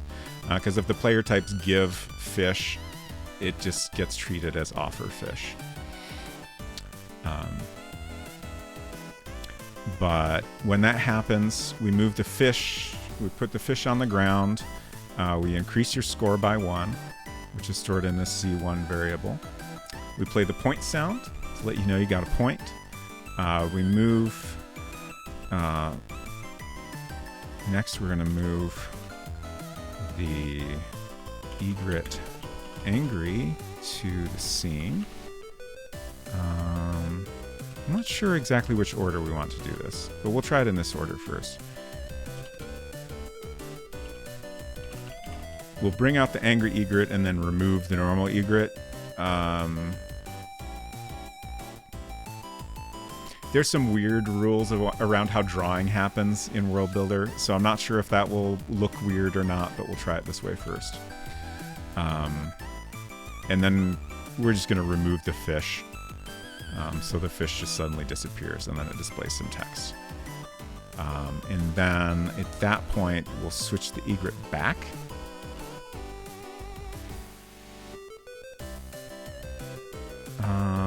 I think in order to make the angry egret appear as long as possible, we'll do this after printing the text. We'll see how this works out. Like, this kind of like, I wouldn't even really call it animation, but it is kind of a little bit. It's like very simplistic animation, right? But World Builder isn't really designed to do even that. So it just kind of takes some experimenting. It's been a little while since I've done any of this, so I don't remember the exact like rules around it.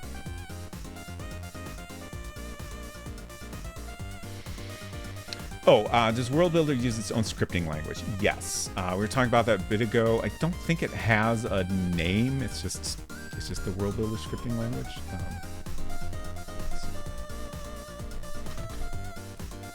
I do have a manual. Create your own interactive programs for the Macintosh. Let's see.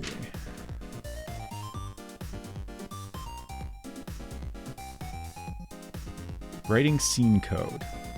Advanced adventure code. Yeah, I don't know that it has a name. Thought we'd take a look in here real quick and see if they name it at some point.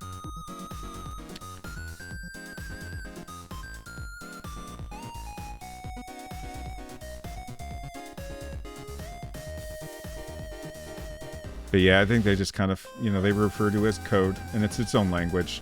It's really simple. There's a lot of limitations, like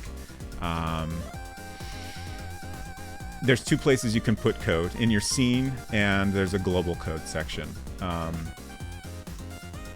They both have a limit of 10,000 characters, although like the actual limit seems to be a fair bit lower than that. If you hit like 8 or 9,000, like that's probably gonna start giving you errors unexpectedly,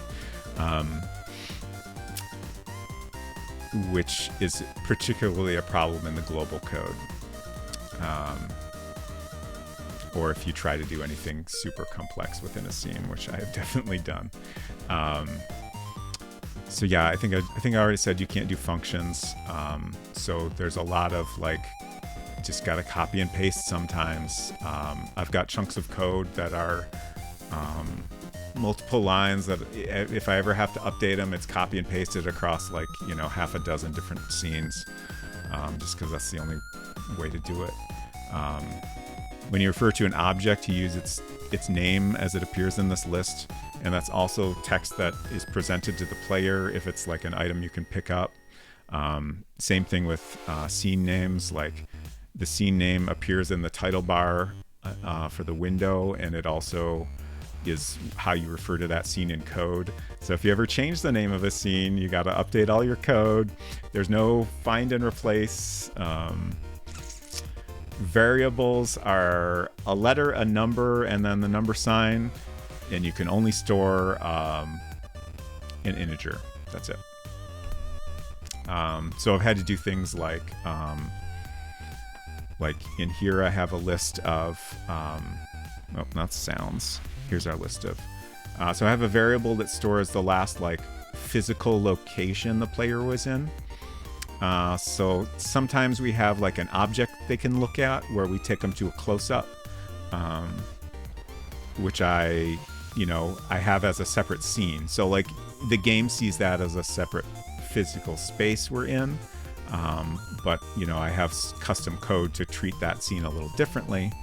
But then in order to get the player back to where they were, I have to have a number that refers to where they were, and then in the code I have to say, okay, if L1 equals 0, move player to start. Or if L1 equals 1, move player to bus stop. And like, it's just a long list of code like that. Because, you know, you can't just store the scene name in a variable. Yeah, it is pretty annoying. But, you know, I chose it, and I found it, like, if I was working on this off stream, I would probably get frustrated with it. I probably would have given up a long time ago, honestly. But, like, I feel like doing stuff on stream makes it easier to, like, just kind of deal with stuff. And that's just how it is. And I don't know, it's kind of fun. I enjoy it for what it is. What the hell was I doing? We're going to test our code.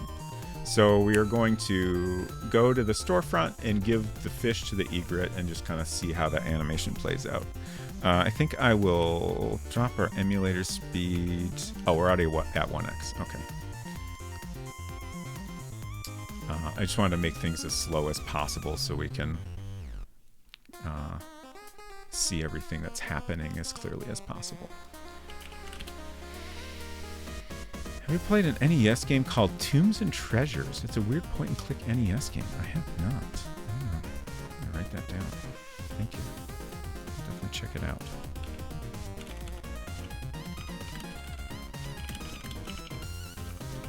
Cannot type.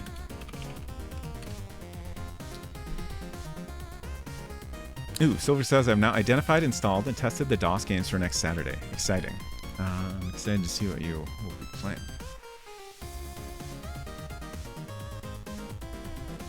Adventure Josh says, all of this is not that surprising for a language that someone builds from scratch for the one purpose in the 80s. Yeah. Like, the limitations are totally understandable. And, like, for the time, like, I think it's extremely well done. It's very simple and approachable. Like, it works great. And, like, you know, I don't know, I was probably like 10 or something when I started making games in World Builder. And like, I didn't do a lot with it. I think I mostly just kind of made the tutorial game they walk you through in the manual and experimented a little bit on my own. But like, you know, I was able to do it, and that's pretty cool. Okay, so, oh right, one thing that'll come up here in a second. Oh no, it won't with this. So we're going to give fish. Okay. Oh. Oh! This area between his angry legs is opaque. We'll have to fix that. I forgot about that. And it was not super obvious, but there was also like an overlap where both bird versions were on screen at the same time.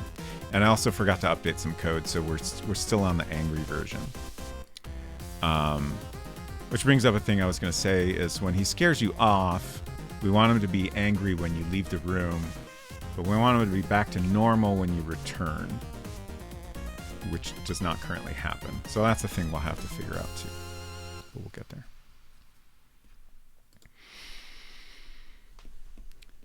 Adventure Josh says, one thing I really appreciate of the modern tools we can use is that you can just embed a professional quality language in your program super easily. It's work, but it's 100 times less work than building a crappy one yourself, for sure. Did you make all these graphics yourself? I love the art. Thank you. Yeah, I did. I'm trying to just make sure I didn't... yeah, everything I made myself, pretty much all on stream. I think... with very few exceptions, all the art I've done on stream. It's been a lot of fun. I've been trying to do as much of the background art in World Builder. It has some like vector drawing tools. They're not great, but they're decent. And then when I want to do something a little more detailed, I've been drawing it in Mac Paint, which is a really nice program. Like, honestly, like, Mac Paint is so good. I will be very tempted to stick with it when I do the Playdate version of the game. Even though, like, I'm not committed to using older tools for that version of the game.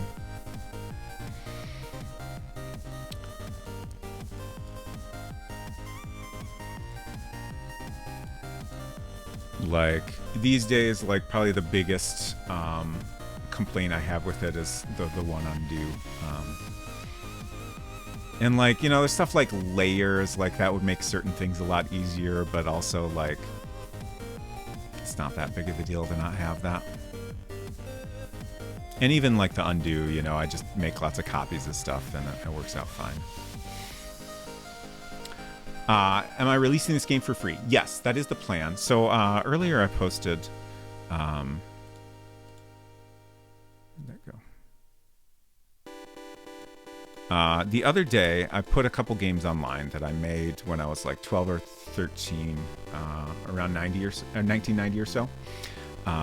If you go to that link there, you can check them out right in your browser. One is called Beaver Pelt Man. It steals a lot of graphics from the Dark Castle series, but does entirely new style of gameplay with them that's very goofy, and it's almost impossible to play. But if you look in the instructions, it gives you some tips and also points out that you can cheat a little and skip to different levels if you like.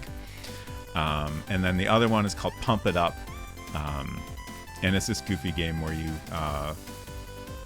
go bungee jumping in your Reebok pumps, your inflatable shoes that you have to inflate to the correct level. That one is a lot more simple. All the art is original.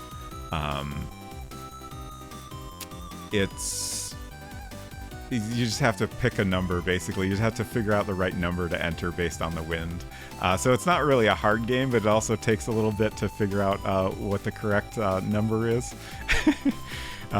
So again, a very, very goofy game, but I wanted to share those just so they're kind of out in the world, because for many, many years I thought they were gone forever. And it's just like, they're good memories from childhood. So, I wanted to release them in some way.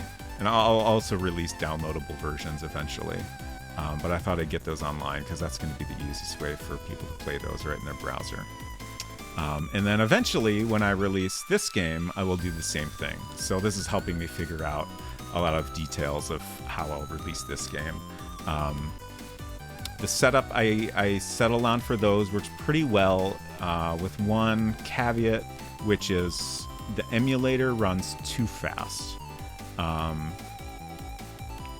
And unfortunately with Mini VMAC, there are a lot of settings that are like baked into the program at compile time.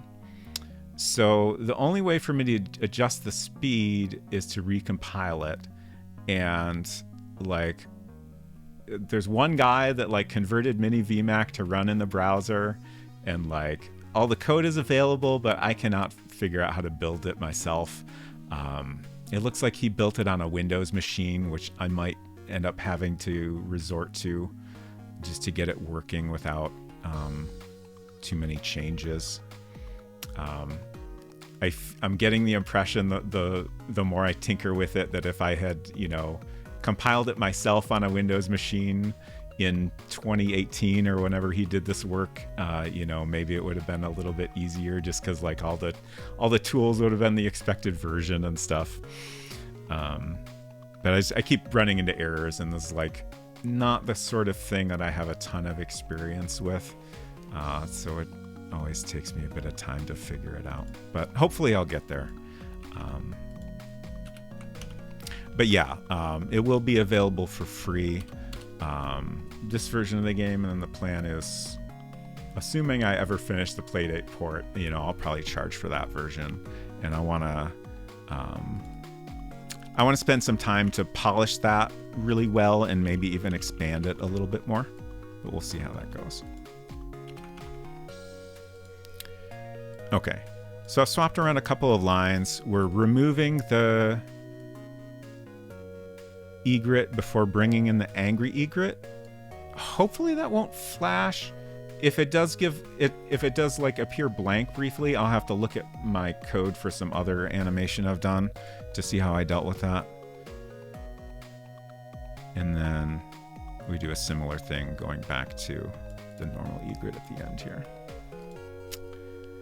Would this run on Mac OS 9? Yes. So World Builder supports System 1, the original system software, even on the earliest Macintosh, all the way up to, just bumped my lamp, Mac OS 9. Which also means that it could run in Mac OS 10 if you have the classic environment. I can't remember what point they removed that, but it should work in that as well. So they removed that a while ago, so you would need a pretty old, at this point, version of Mac OS 10, but that is potentially an option as well.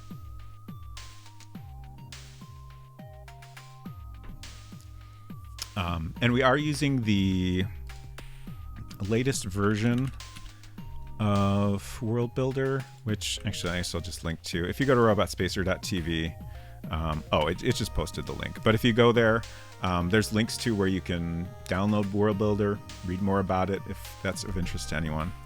There's also a bunch of free games. I linked to web pages for Ray Dunnican and Louise Hope, who both made a bunch of neat games in it that are still available. My Mac G4 runs Mac OS 10, but I think I have Mac OS 9 environment on there. Yeah. So that should work.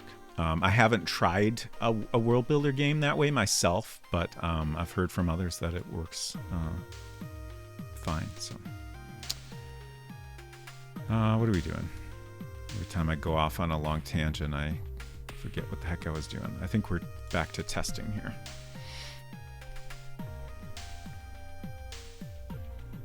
But yeah, I will probably put this up on Itch when it's available, and also on my website. So we're going to give the fish again, and hopefully see a little bit better animation. Okay. So it does blink out.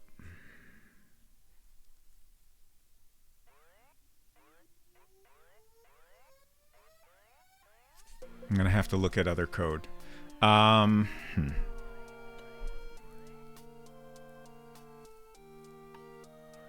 Actually,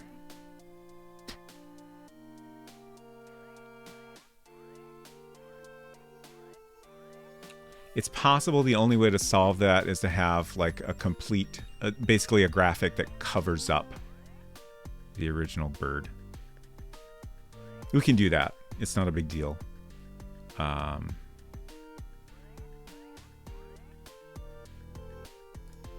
me get a screenshot here. Hopefully. Is this like a text adventure but with graphics? Yeah. So it's honestly it's a bit of a weird system. Like I have mentioned a couple times. This was made originally for a game called Enchanted Scepters, which is like one of the very first point and click adventure games. There's like a couple other Japanese games that had kind of similar, like, you know, moving some kind of pointer around on the screen and then you can click on an object. But I think this is like the first English language example, at least. So there's some things about it that are a little bit weird. There's certain things you can do by clicking.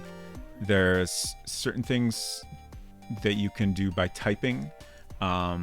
Sometimes you can choose either one. Sometimes you have to do certain things one way or the other. It really depends on the game you're playing and how it was programmed. I have tried to, as much as possible, allow you to choose either. But there are certain actions where you have to type a command because there's not really an obvious way to communicate that through point and click alone. And then there's also, you have these commands menus that give you some different things. Basically, this is just a different way of typing. Like if you select south, it literally just types south in the text box for you and then executes that command. So we're going to give fish, and then I'm going to hit Command-Shift-3, hopefully at just the right moment. We'll see if I did that right or not. Thanks.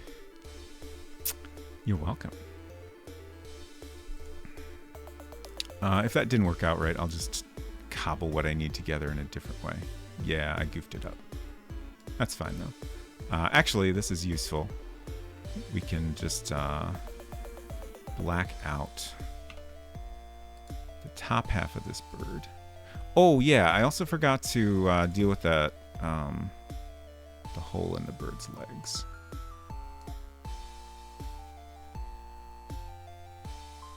But we'll be dealing with that in the process of this. So let's see, close that. And then we need our alternate bird art. Thank you. Glad you like my art. I've been doing it for a long time. Let's see. So my dad first brought home a Mac in, I think, 86. I remember the first thing I drew was a kangaroo in Mac Paint. And I fucking loved it, and I've just been doing it ever since.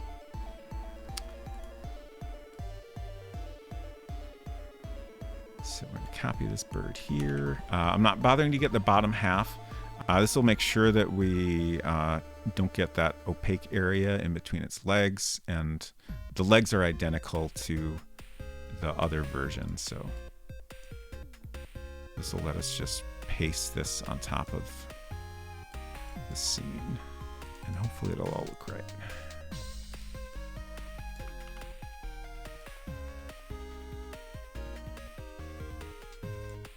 Great. So then the other thing is, well, I'm going to select this.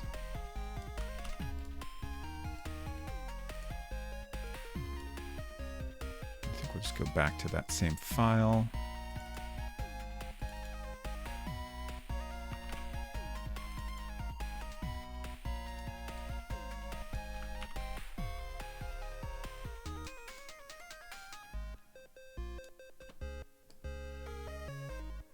So what I'm doing here is, instead of having another cutout version of the bird, this is just going to be a like complete block that gets pasted over the other version of the bird. And hopefully this will all work out right. So if they're both on the screen at the same time, this will cover up the other version of the bird, so we don't have that blinking or, you know, the other one showing through behind here. So we don't really need all of this. I'm just trying to think of where this should stop.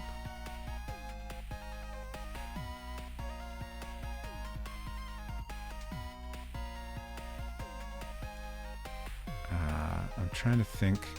Like, I think if I cut off that wing, we risk some weird transparency issues.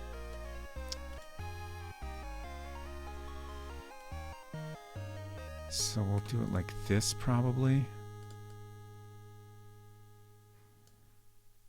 And then I want to make sure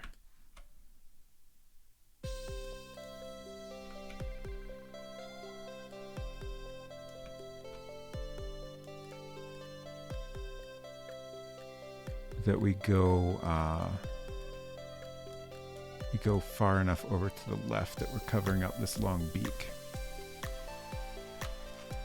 So that should do it. I think that'll work out fine.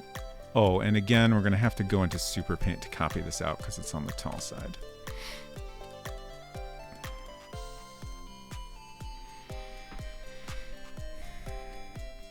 Sakuragi7, hello, welcome. Lol, the keyboard, You think my keyboard's funny? I think it's great.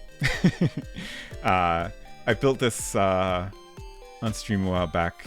It's this keycap set that's very Macintosh inspired. Did I say expired? Sometimes the wrong words come out of me.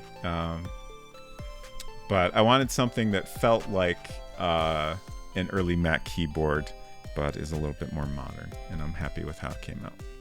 I also have a thing I really liked about the original Mac keyboard is that it has a completely separate number pad that attaches to the main keyboard. So I can do the same thing here. The case doesn't quite match as perfectly as I would like, but it's still a pretty neat setup. I don't use this a lot, but it's kind of nice for like early Sierra games. Like you can do diagonal movement if you have a number pad. So it's been kind of fun for that occasionally.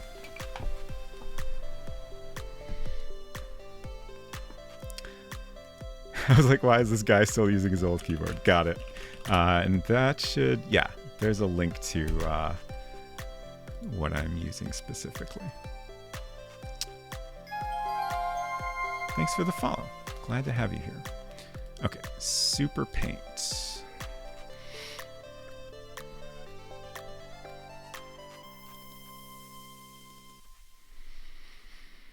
Let's see, what are we going to do after this?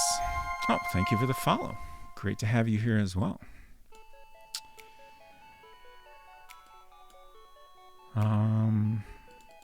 We do have... We talked about having a death. A possible death on this scene. I kind of put that in my list of things to do later if we have time, but I don't know. We might do that today just for fun. We'll see. I'll think about what's next when I finish up here.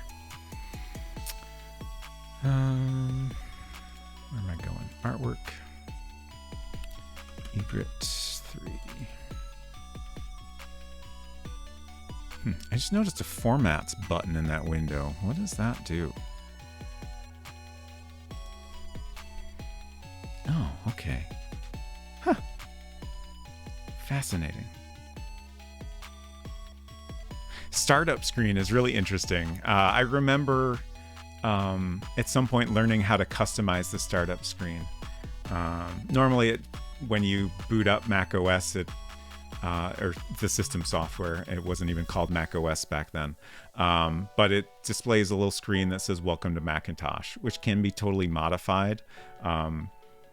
Like some early games that you could boot from their disk directly would customize that to be, you know, like a splash screen for the game or something. But you could also do it yourself to just kind of have fun with it. All right.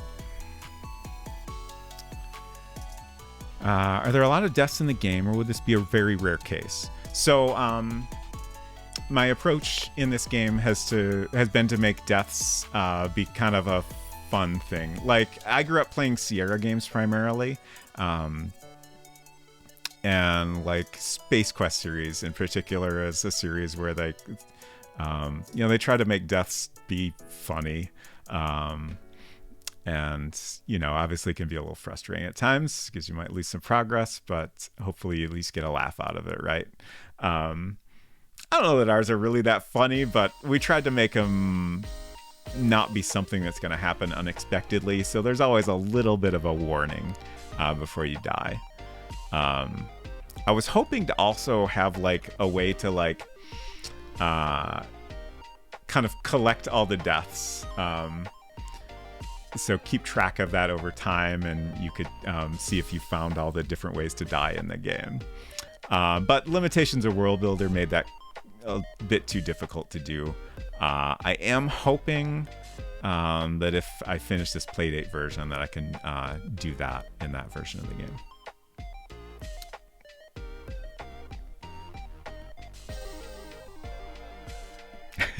Give me a look back at what games were like from before I was even born. Great. That's my goal. I love to just kind of, you know, share this stuff with people that either haven't seen it before or, you know, haven't thought about it in a long time. All deaths are earned. Yes, definitely. Okay, back in World Builder.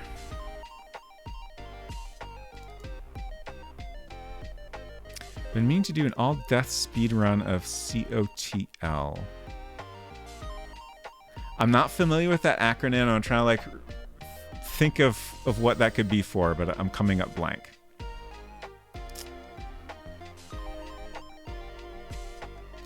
So I think we only have 3 deaths so far, if I remember correctly. And then the egret death would be a 4th. Some games like Fate of Atlantis and Broken Sword that has a small handful of deaths in the game. Yeah. Okay, yes, so we have 3 deaths here.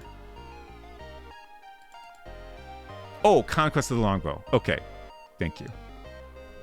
Oh, around 80 distinct deaths. I did miss that message. Jeez, that's so many.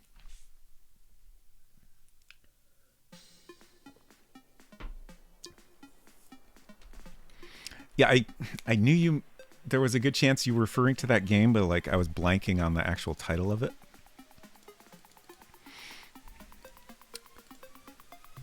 I still have not played that one myself. I will definitely check it out at some point after I have played Conquest of Camelot, which I'll be doing next month for the first time. I'm excited because I got a box copy of that a while back, which I haven't even looked at. And maybe opened it up just to make sure everything was in order.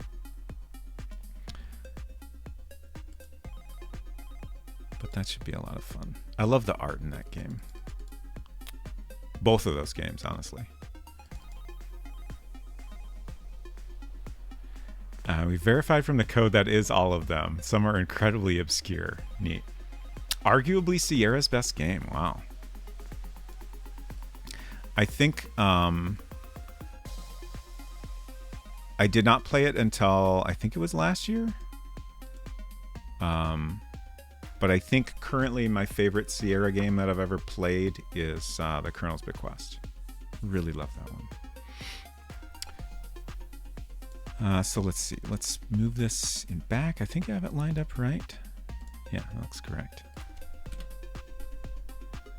So now this will appear on top of the other version of the egret. Excuse me. So we're going to switch our code back around. So we bring in the angry version and then we remove... Well, actually... we maybe don't need to remove the other version.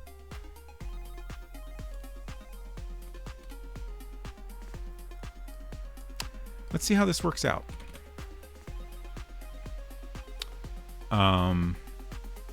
So we're just going to move in the angry version, which will appear on top of the normal guy, and then we'll move it out when we no longer want him to look angry. We'll see how this works.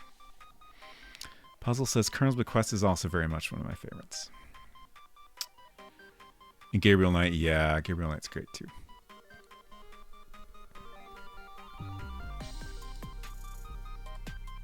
So many good games.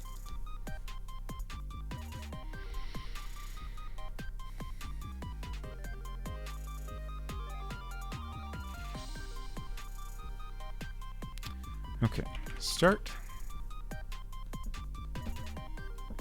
Yeah, if y'all like Colonel's Bequest, I'm gonna give Maple Mystery a shout out again.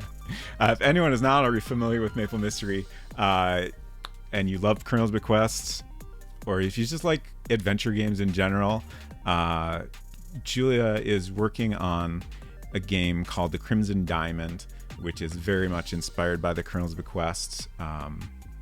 There's a demo out that you can check out. I loved it a lot. I played it on stream a while back.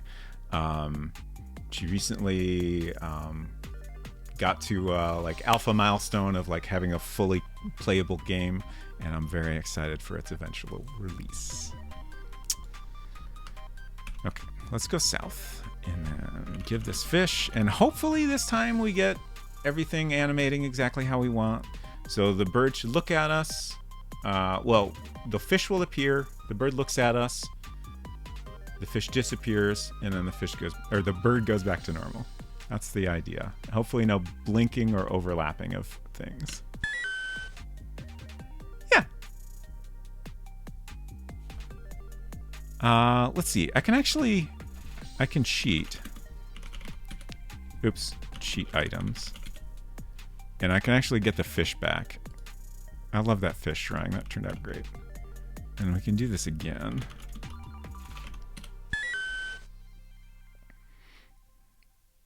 Yeah, I think that's fine. You know, I'd love to have the bird actually come out and grab it, but that's a lot of work for a little thing that probably most people will never see. Working on the game as we speak. Fantastic. Is it in EGA colors? Yes, it is absolutely in EGA colors. Maple Mystery Streams, she usually does art stream at the beginning, which is also spoiler free. She's been working on redrawing some scenes from the introduction to the game. And then afterward, she plays an EGA game, pretty much exclusively, I think. So definitely recommend giving her a follow if you're not already. A lot of fun.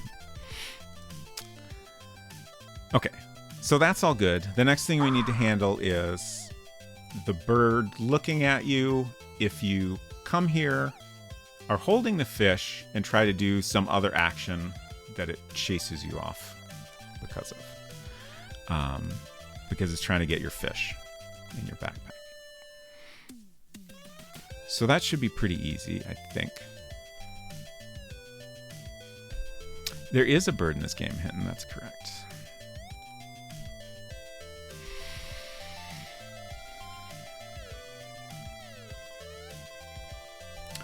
Run on a DOS PC. I don't think she's using Adventure Game Studio, which I don't think you can run on an actual DOS PC. It'd be cool if you could, but I've never heard of that happening. But I know there's Windows and Mac versions.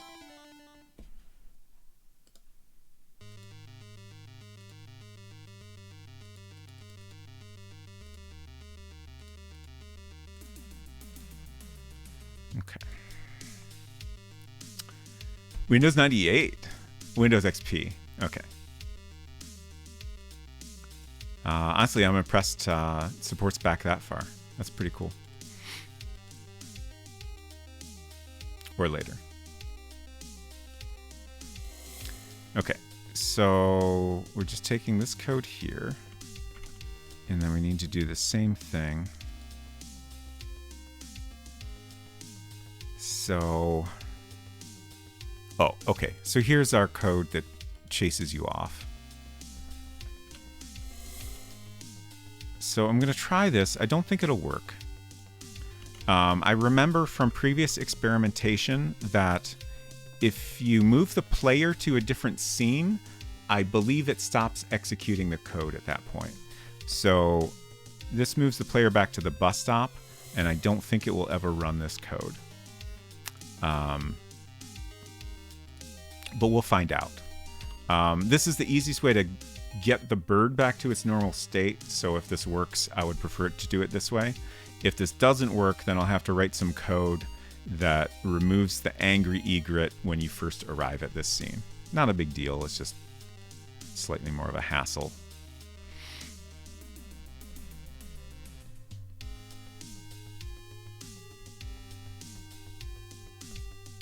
Was originally a DOS program when first released in 1997. Really? Did not know that.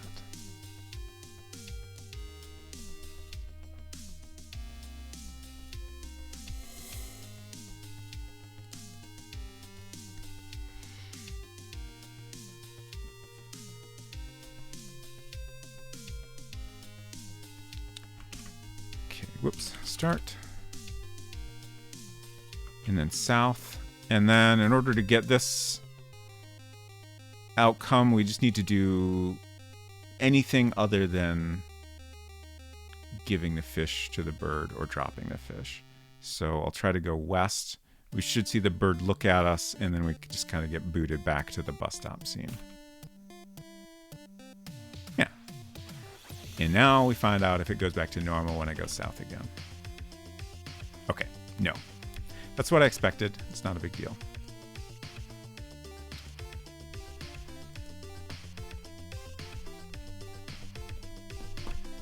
I'm glad you like my vending machine bowl.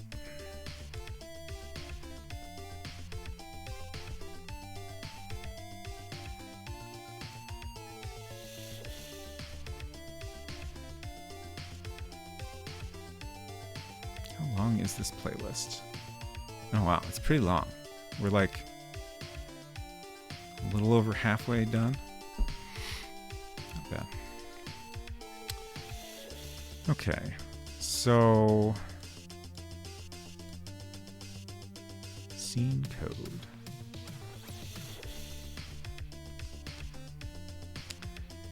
So this does nothing, so we're going to remove it just to avoid any confusion. And then usually for whatever reason, this almost seems backwards now that I'm thinking about it right now, but generally I put code that happens when you first arrive in the scene at the end. And since I've done that so far, I'm going to continue to be consistent with it. So if loop actually.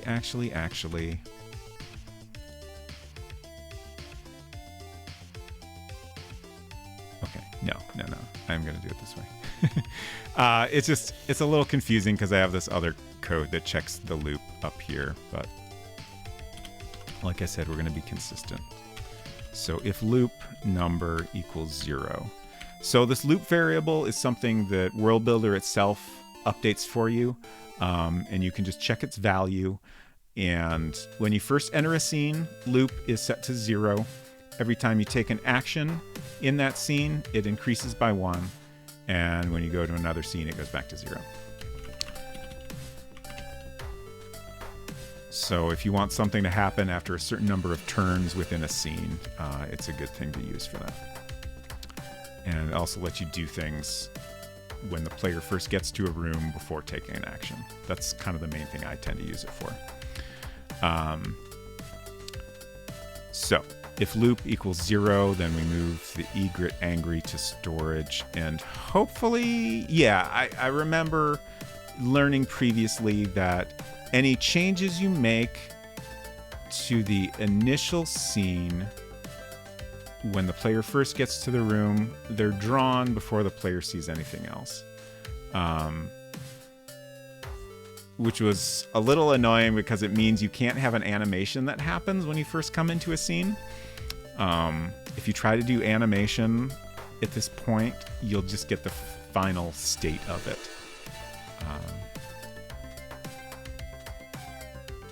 So you can only, again, World Builder was not made for animation.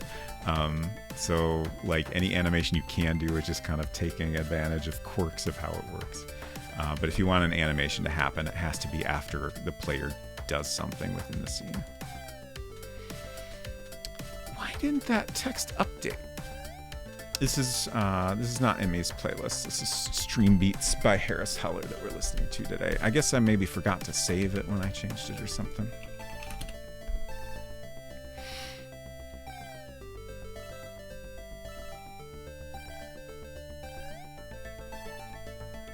See, I've been missing some Rocksmith chat here.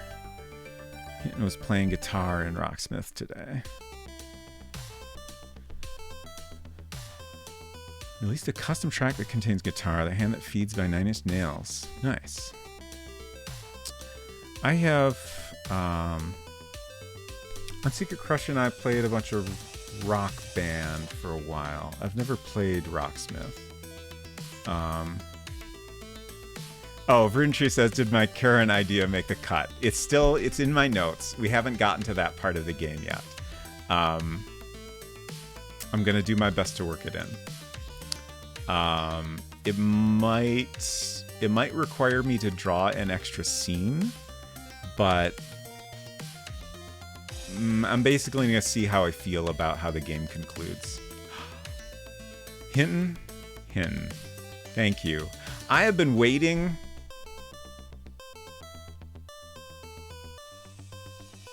I think 3 weeks now for someone to redeem DOSBreak. I have an intro for DOSBreak and I haven't had a chance to play it because no one has been redeeming it. But it's finally time.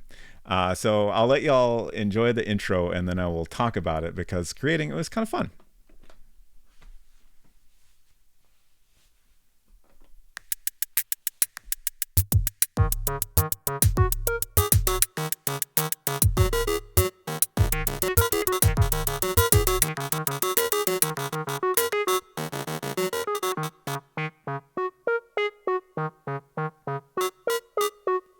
Hello, welcome to DOS Break, where we take a break from whatever the heck I was doing before to play a DOS game for, I don't know, 20 to 30 minutes.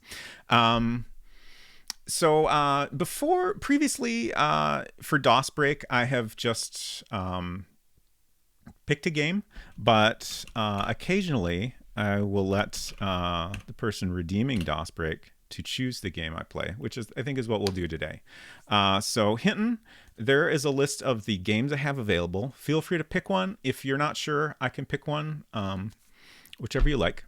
But while you're choosing, I will talk a little bit about that intro. So I really wanted to have some, simple animation that, had DOS vibes. And I was like, maybe the easiest way to do this is to just write a little DOS program to animate it.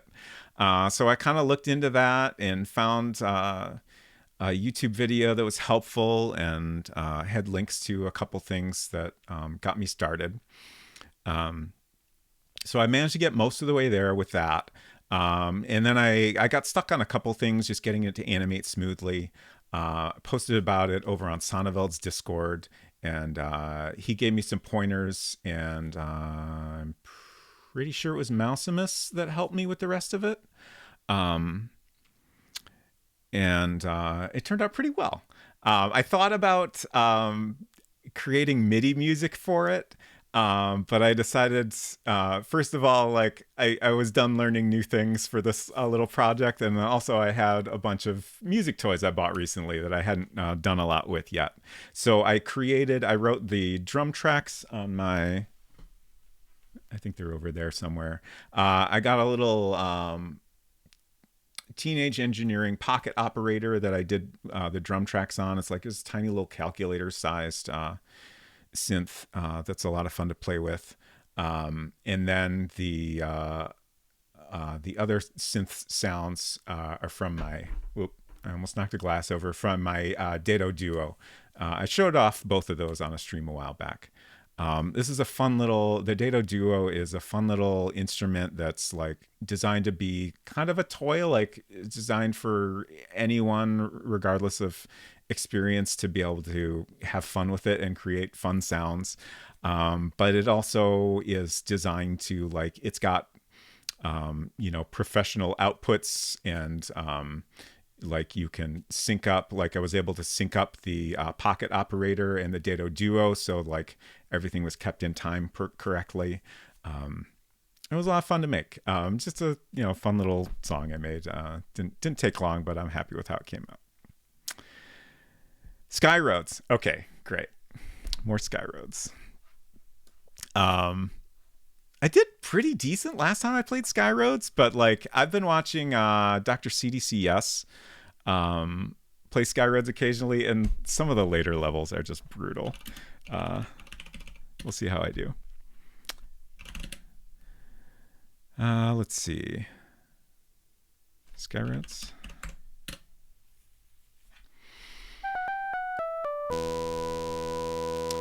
Big Fatty Plus. I'm alert, so have a good night and good luck in your game. Thank you, and thanks for stopping by and recommending the raid earlier.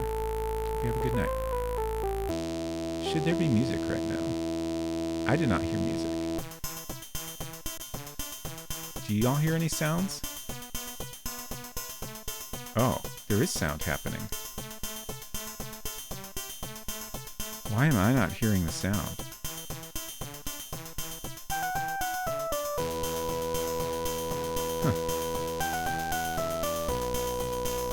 There's so much music. Is it too much music? I can turn it down if it's too much. Oh, I know why I'm not hearing it.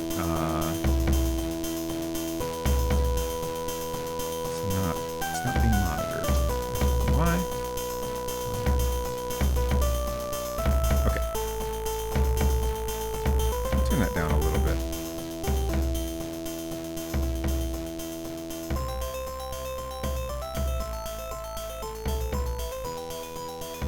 Okay.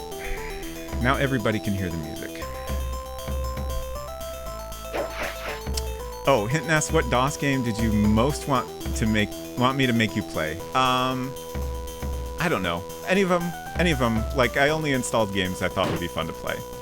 I guess if I'm honest, I was a little bit hoping for something new, but this is fine. I do enjoy this game. It's a little scary the further I get into it. So let's see. It's 12:22. So we'll play this until 12:45, 12:50, something like that. That was just a demo. Now I will be playing. Oh, what? Why does this have 2 dots next to it? So I've cleared all levels up until Blue Planet Road 3, but I'm confused by the 2 dots on this first one. Does anyone understand that? Oh, no, it's not on GOG, but it is available. The developer released it for free at some point. Let me see if I can...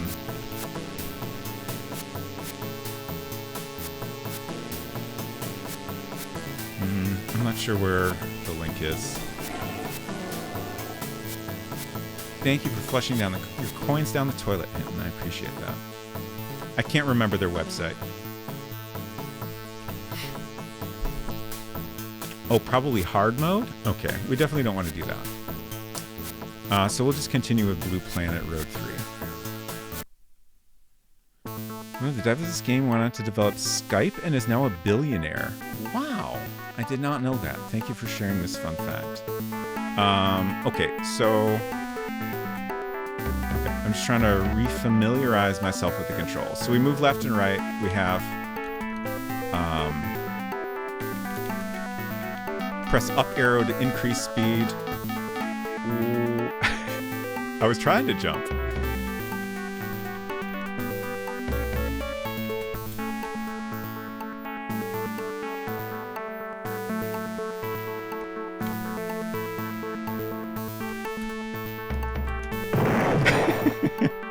We'll get there.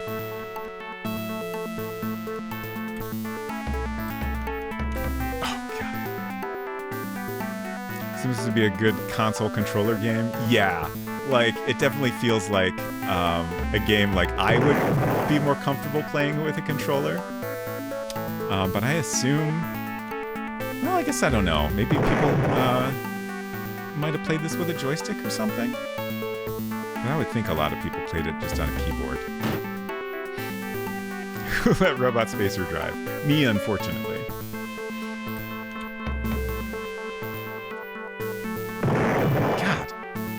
I'm having a hard time with jump here. Like that time again, I swear I pressed it.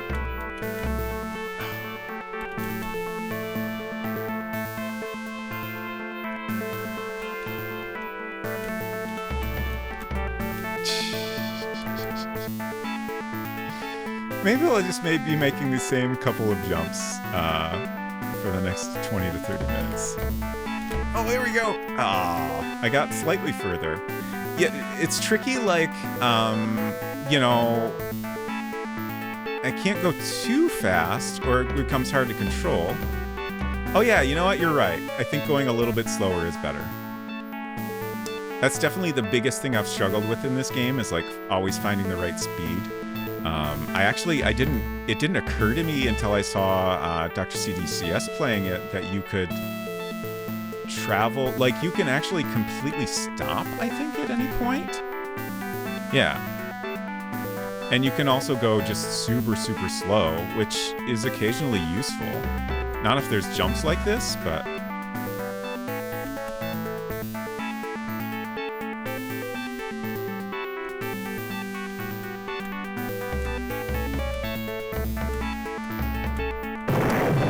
I don't know why sometimes my jump is not working. I don't know if that's a me error or a keyboard error or just how it is. Any idea what the Jump-O-Master is?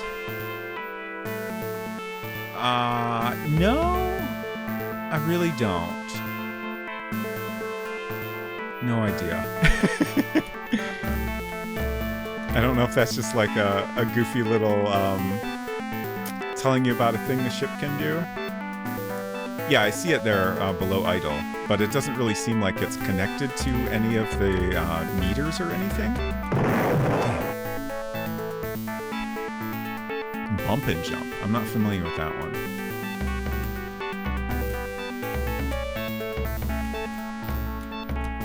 Oh.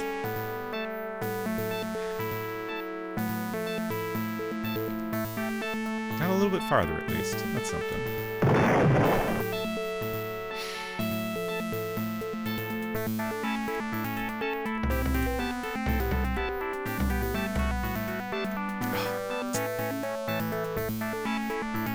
Old 80s arcade game, racing type game with an overhead view. Okay.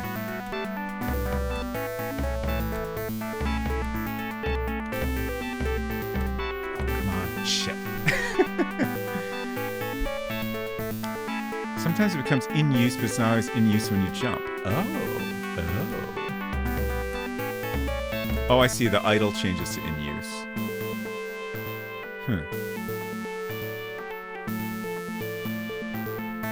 Oh, you know what? This does have instructions. Let's see if we can back out and look at the instructions. We might learn something.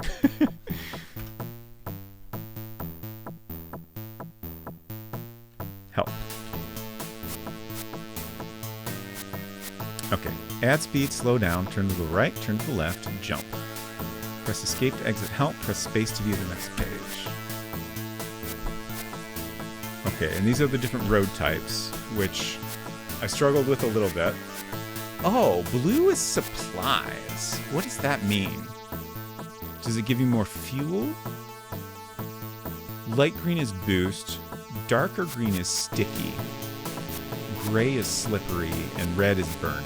Like, I know the biggest thing I struggled with was realizing that red will just insta-kill you. Okay, so that's all we get. Nothing about the jump-o-meter.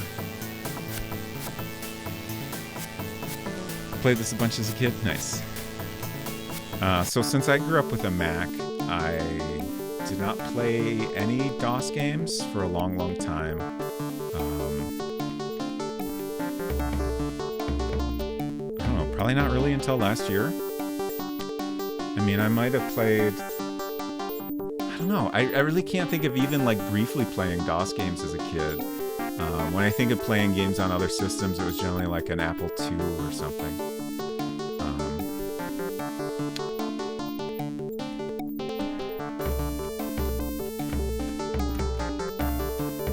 Oh, yes, yes, yes! Oh, no, no, no!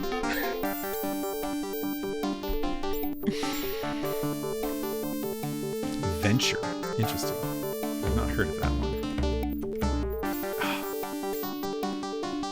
Did anyone say Skype roads yet? I don't think anyone did, shockingly. Oh, I ran out of oxygen? Oops. Huh.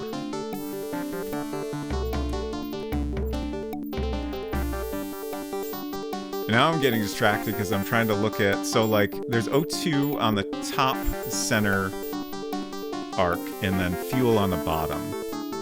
Oh, so just sitting here is consuming my oxygen. Okay. Oh. So that prevents you from stopping for too long, basically. Your fuel is O2? It seems like two different meters. Right?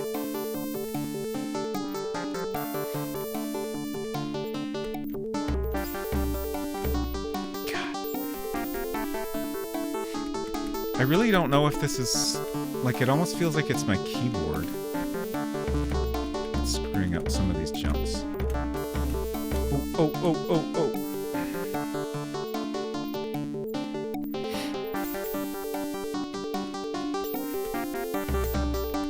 I have a mechanical keyboard.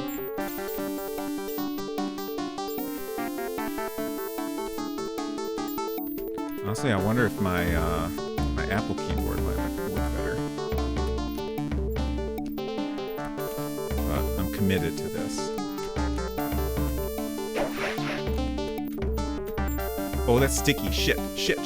Oh, God. Oh, no, I wanted to go.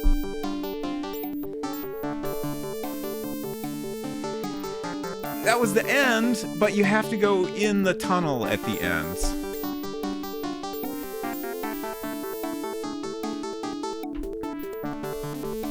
Maybe the most infuriating thing about this game so far. Yeah, you need to go into the tunnel at the end. Other tunnels are optional. Oh, ran out of O2 again.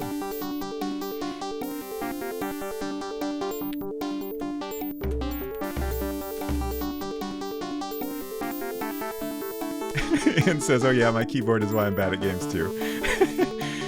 Honestly, I've always had this experience, like, console games is like, I pressed the button, why didn't it work? And like, to this day, like, this happens all the time, and I don't know if it's me or the controller or it's just how games are sometimes.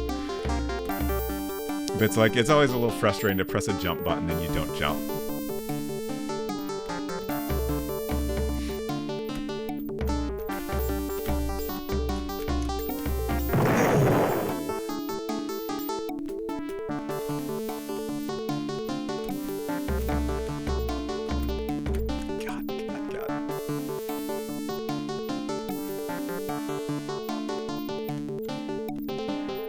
Yeah, I have no idea. I no doubt that this would be easier with a controller. Just feels like cheating now.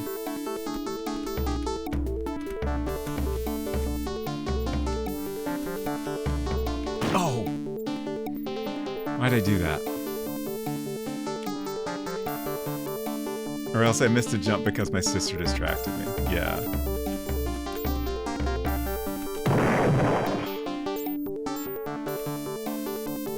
I feel like we should have done a prediction on whether I would complete this level.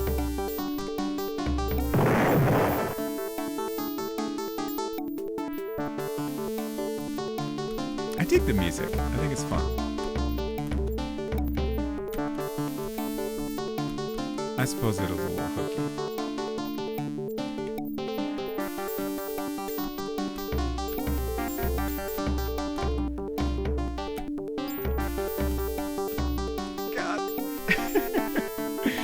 Makes me want to play it too? Good. That's great. I wish I could remember the website.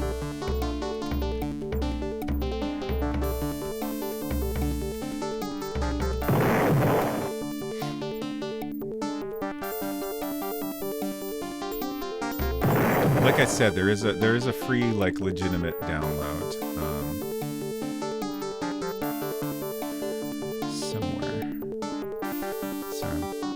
Search results here. Like the domain name is like on the tip of my tongue. It might be in. I have a link somewhere actually. Yeah, I do. I totally have a link. I'm dying, but it's fine. I'll have a link for you all in a second.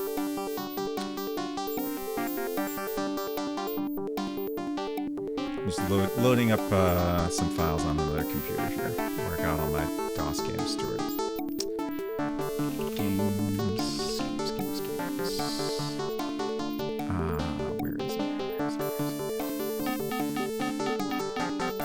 BlueMoon.ee. Okay, I thought it was .ee, but I was like, no, that sounds made up. I'm probably misremembering it. But there's the link. Right there. BlueMoon.ee/history/Skyroads.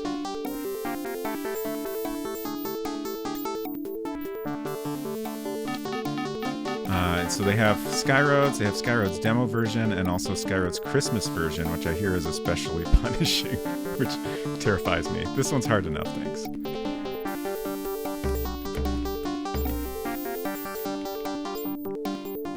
Melody is reminiscent of one of the Crash Bandicoot games. Interesting. I never played any of those myself.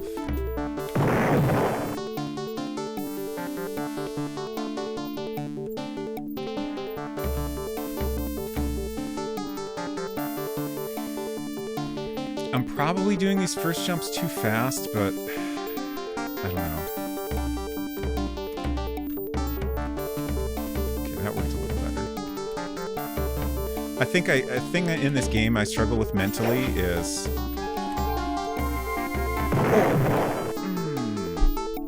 Thank you for the follow. Great to have you here. Oh, I just realized I should have updated my game I'm playing here. Now. I always forget to do that.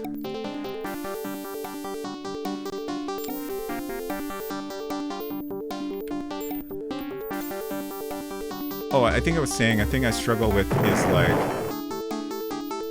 I tend to want to hold down the accelerator, but in this, like, you want to hold it down until you get to the speed you want, and then you want to let go. Otherwise, you'll go all the way up to maximum speed. Whereas if you let go, you'll stay at whatever speed you're currently at. Yes, that was Cedric from King's Quest. Oh, I'm out of oxygen.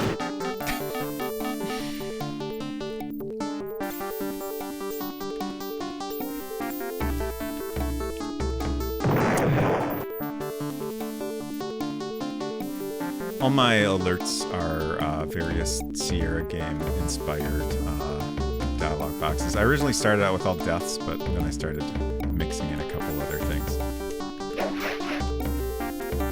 Oh god, how? Oh god, oh no! I was in the tunnel, but then I jumped out.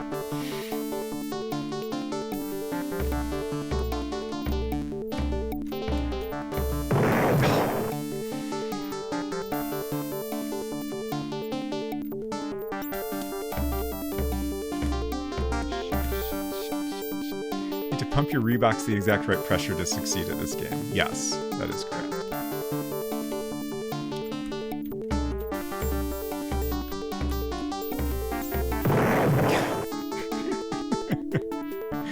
I'll do this. I will do this. We got another 5 to 10 minutes. I might even go long, just so I can have this level completed. I feel like, if at all possible, you really want to complete a level of this game before you move on, because like a lot of it is just memorizing all the steps you need to take. Thank you for the follow. Great to have you here.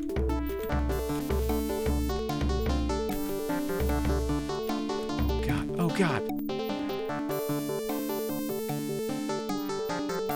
Okay, so I think, like, I was just looking at that last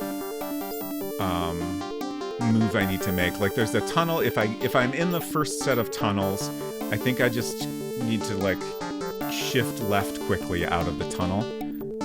It might also be worth slowing down a little bit inside of the tunnel.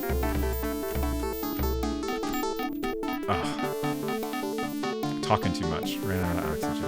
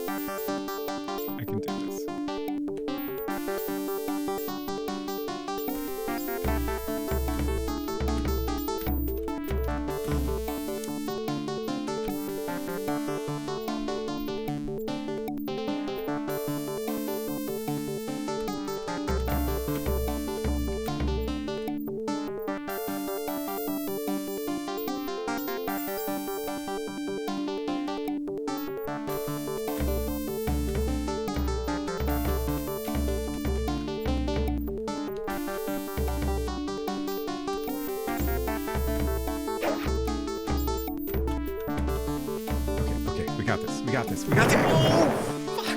I knew that was going to happen.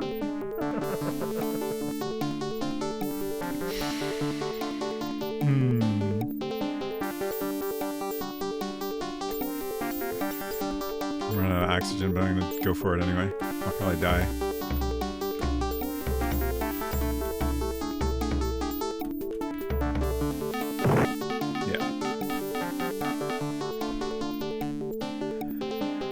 Reminds me of when crazy shit happens and around the twist. Oh god. That show is wild. Does anyone know if they took auto capitalization out of the Twitch iOS app? Yes, they did, and it feels so weird. For some reason, it doesn't capitalize the beginning of your posts anymore. And if you want it capitalized, you gotta hit shift. And I've mostly been starting my sentences lowercase now, and it feels weird. I don't know why they did. Oh, I don't know why they did that. I almost wonder if it was a mistake or something. Do you think this music is MIDI or ad-lib? I have no idea. I don't know. I guess ultimately I don't know enough about ad-lib in particular.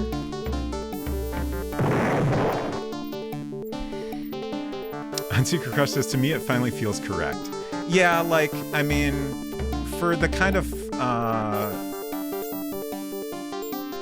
like, it does feel kind of appropriate to write lowercase sentences in a Twitch chat, but, like, I think it's mostly that I've gotten used to it, that it feels weird to suddenly change, like. And I do tend to capitalize when I'm on a computer. I used to do all lowercase for a long time in my earlier internet days, but at some point I decided I would just capitalize things normally, and mostly gotten used to writing that way. Who capitalizes a sentence in a text chat on purpose? Some kind of adult? Does that mean I'm an adult? I don't know.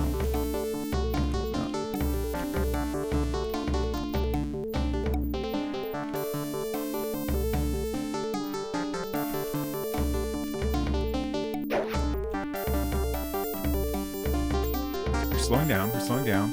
Not that much. Slowing down just a little bit.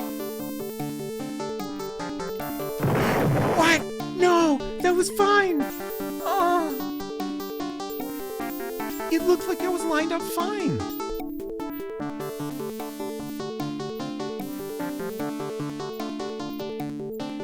Oh, mainly only mind if I wanted to just say lol, because it always came out capital L-O-L, and that just looks wrong. Yeah, I would always... Actually, I can't remember anymore. I guess I would just hit shift to type it lowercase. But yeah, that bugs me too.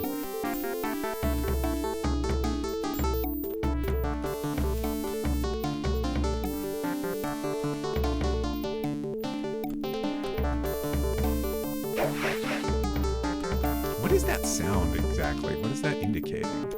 Yes! Road completed.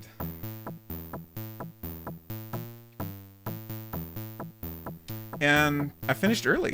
We've still got another optionally... I don't have a set time for DOS break. 20 to 30 minutes, I think, is a good time. I'm going to take a couple attempts at the next level, but we won't spend too long on it. Thank you all. Thank you, thank you, thank you. That was very satisfying. This game is, like... I enjoy it a lot. It's hard, but, like... It's so quick to, like, try again, and, like... I generally feel like I'm constantly making a little bit of progress each time, which helps a lot. But let's do a couple attempts on the next level. And then I'll take a quick break. Well, I'll take a longer break, because I haven't had any. Great start.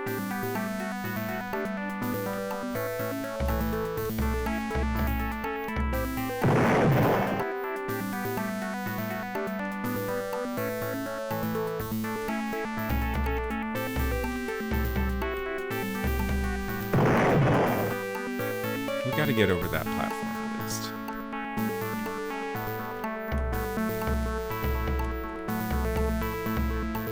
Oh god, this is scary. Oh, I feel like Yeah, I needed to be up above. So how did I goof up there? Whoops. Oh, okay, I need to hop up there. Jeez. It's interesting that, like, there's a lot of things, like, that you can't really see what you're supposed to do, necessarily. Like, sometimes there'll be, like, a barrier inside of a tunnel, and the only way you can find that out is to go in there and die.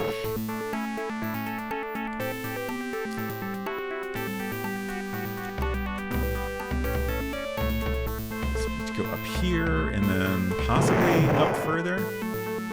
It's unclear. Whoops.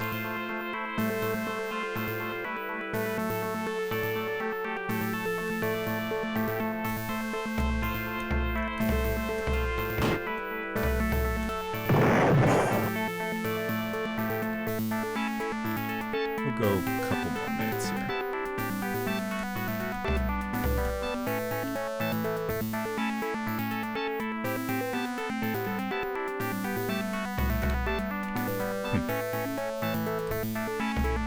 A lot of keyboard weirdness, and I don't understand it. I don't remember having these difficulties last time I played this game.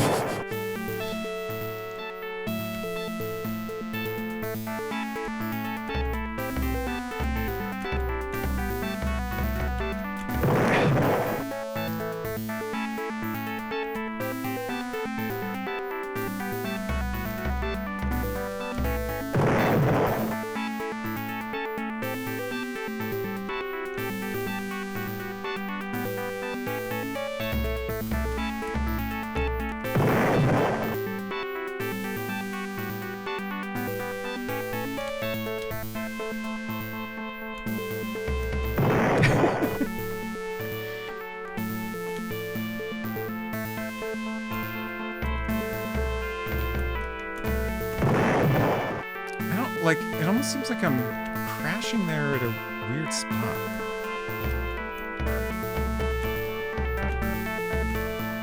Oh, get, oh, no. I was trying to get up there.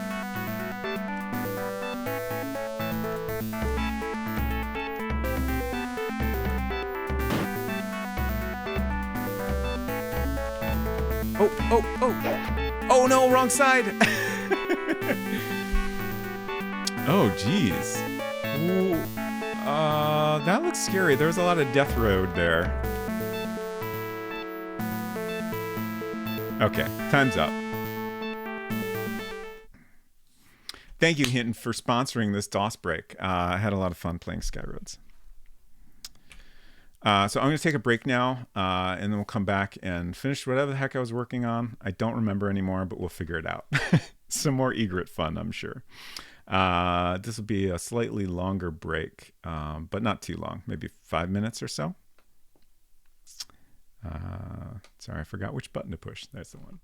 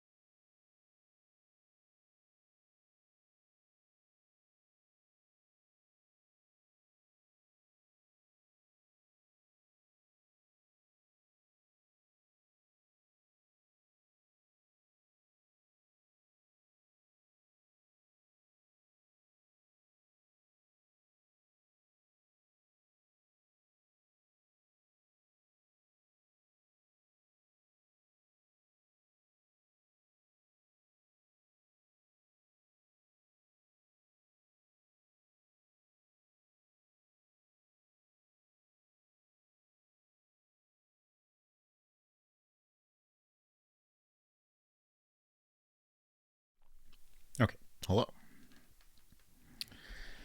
So,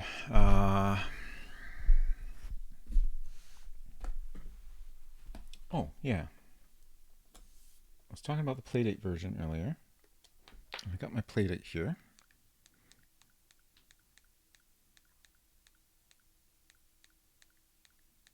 Hopefully it's still on here. Okay. There we go. So this is the little demo I made just to figure out how feasible it was to port this to Playdate, and just kind of familiarize myself with the process of making a Playdate game. So here's our bus stop scene. I had to make it a little bit wider, and then also it's cut off a little bit on the top and the bottom. So we'll have to change all the background art a little bit, but I don't think it'll be too bad. And since it's mostly vector art, like in some cases, like I'll just be able to like, make the shapes wider to fill the space and, maybe add a little detail on the sides and stuff to make it look good. And then you have a pointer, a little hand. And if you move over an interactive object, it gives a little outline around the hand. Get a little bit closer up there. And then just press A to interact, and you can choose from a list of verbs here. So you can look. It says it's a bus schedule showing a table of route numbers, place names, and times. And B to close. Then we can search. I don't find anything unusual. And then, take... I did actually write a response for this. The schedule is adhered to the inside of the bus shelter. You pick at a corner, but it's clear you destroy it trying to remove it. And then if you move to the side of the screen in order to navigate to a different area, you get a little arrow. So we can go over to here. And we can look at the door. You're in front of a totally normal house. It's probably the most ordinary house you've ever seen. The front door is closed. There's a small path leading off to the west and a larger, that's supposed to say path, to the east. There's a lot of things I haven't done here yet, like scrolling text. Is not something that works yet. This screen, I just very quickly expanded it so it looks a little goofy. But again, you can look around here. So that's pretty much all there is to it at this point. But it was enough to convince me that I can, most likely translate this all in a way that'll work reasonably well. Oh, Bolt asked the important question. Do we have a cool S in the game yet? We do. Oops.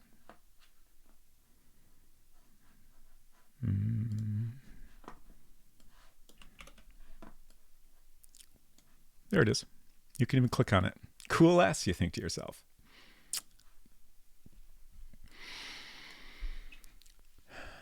So, what were we doing? I know we were finishing up the egret interaction. So he looks at you and then you get booted out. And then I think, oh yeah, we wrote the code. So we're just coming back to test that. So it's all good now. He goes back to normal when you return to the scene.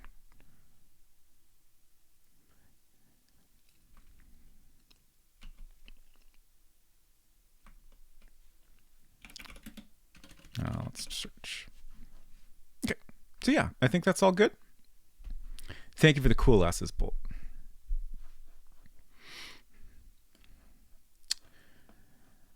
So, what else do we have? Angry egret. I think that's everything essential for the storefront scene.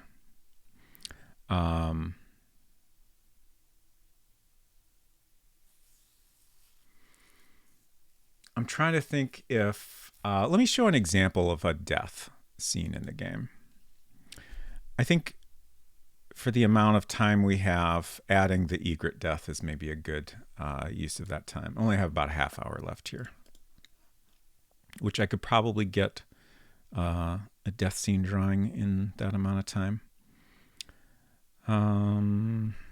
What's the best one to share? see what I have. I'm just kind of, I don't want to say them out loud because they're a little bit of spoilers, how the deaths happen.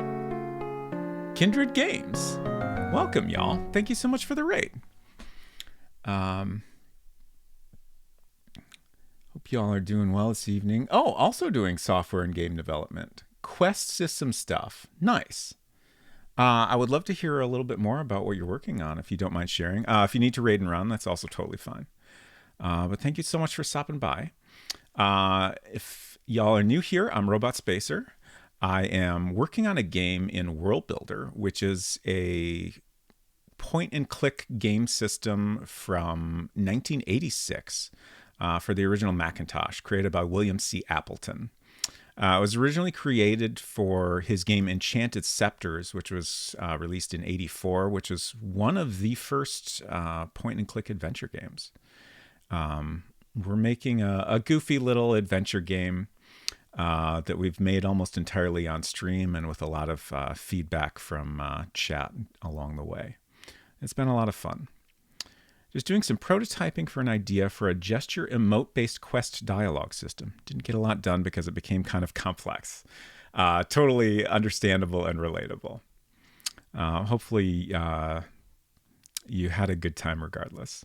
Usually work on a game called Swords and Magic, which is out in early access on Steam. Just took a break to do something else tonight. Nice.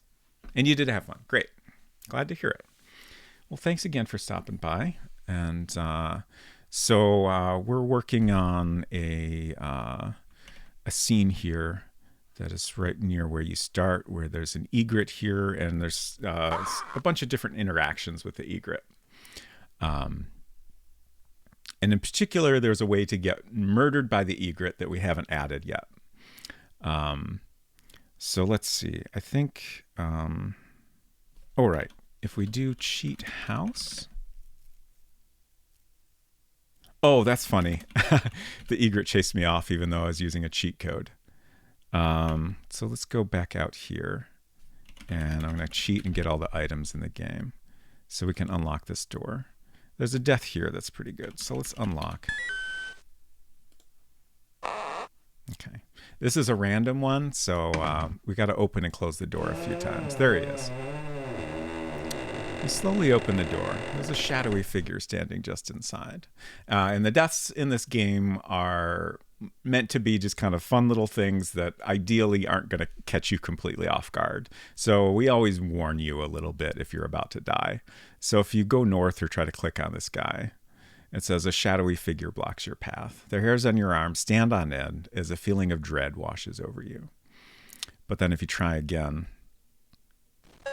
as you try to move past, the shadowy figure slowly extends a hand towards you. The ghastly arm enters your body as you realize you're frozen in place. Your vision fades, and you crumple into a cold, lifeless heap. And as you can see there, we just have a very simple drawing, like generally a black screen, always a black screen, I should say, and then just a simple silhouette drawing or very simple line work. Just to kind of illustrate what exactly is murdering you. So we're going to try to figure out some way to do that with the egret. I guess maybe a close-up of its face, maybe with the beak open or something like that. The idea is the egret is coming at you and I guess biting you to death. I don't know. Love the aesthetic. Very fun. Thank you. Glad you like it. This makes me miss MUDs from my teenage years. I never got into those myself, but can definitely understand the appeal of that kind of game. Dr. Meat Sandwich, welcome. Gives me Mystery House vibes. Yeah, can definitely see that. I played Mystery House for the first time on stream a while back, and I enjoyed it a lot. Res Mason, good to see you. What if I'm already a cold, lifeless heap? It's a lifestyle. I mean, I guess you're just... It's a normal evening then. That's fine. Nothing wrong with that. So let's go back to looking at pictures of egrets online. One of our favorite activities. Honestly, if its beak was open, we could just do a slightly more detailed version of this. Let's see if we can get a better picture. I'm going to scroll back up and see if there were any. Something like that might be kind of funny, honestly. I'm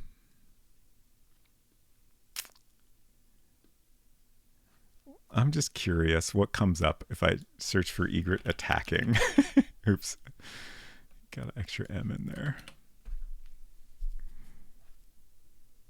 Okay, so mostly pictures of an egret. Oh, geez, attacking another bird.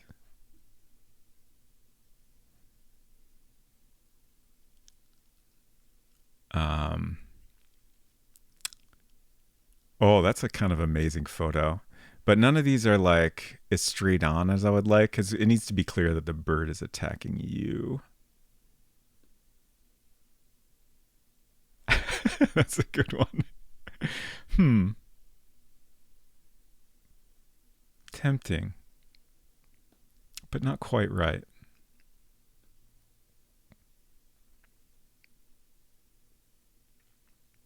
If I can't find a good reference for what I want, I think I will start with, I could start with this and just try to draw it with its beak open. Like, I think that's reasonably doable. Geez, some of these are a little more violent than I would like. Let's go back to our previous search.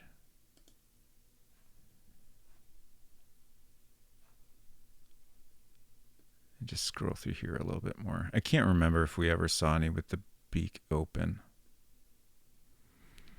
I guess we do need to know kind of what it looks like inside. That gives us a little bit of what it looks like inside the beak.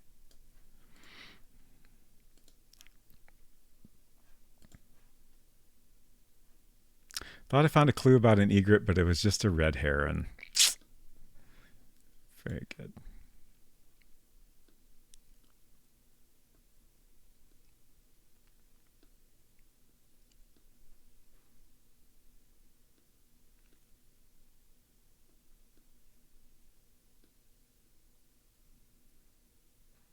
Oh, geez, that's quite an action shot. Wow. All right, I think I'm going to do my best. I'm going to try to sketch this out on paper, but I'm going to take this image and try to draw this like same angle, but with the beak open. Since it's going to be that kind of like close-up, like silhouette slash line work situation, it doesn't need to be perfect. I guess I'll use pencil. That's smarter.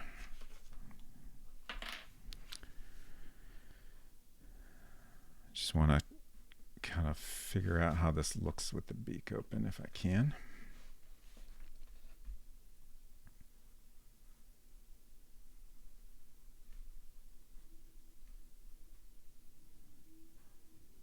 So I feel like probably if this guy opened his beak, like the upper part of the bill would stay pretty much where it is, and then the lower part would move down, I would think.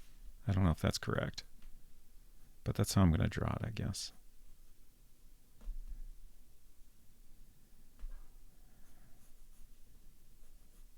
Oh yeah, that's totally what we want.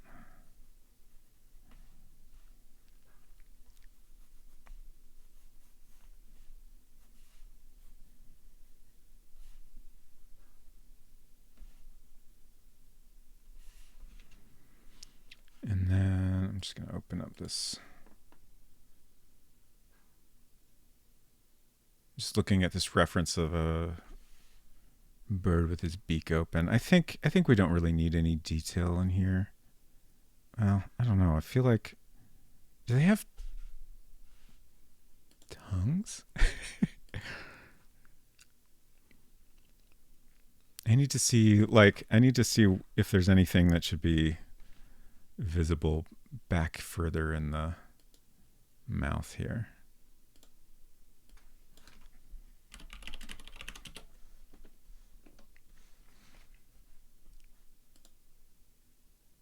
Okay, yeah.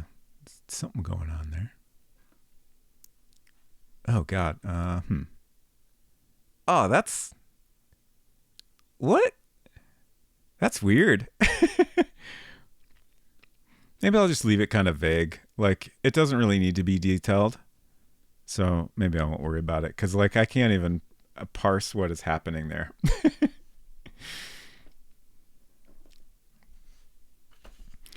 So yeah, I think that's pretty good. Maybe this will come out a little bit more straight.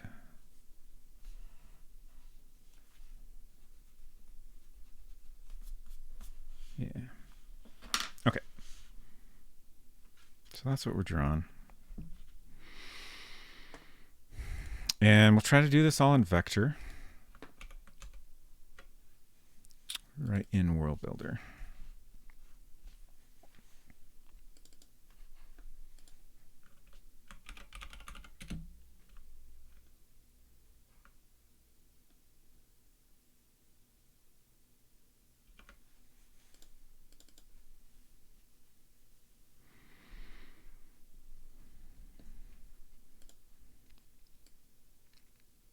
Oh, music. I forgot to turn the music back on.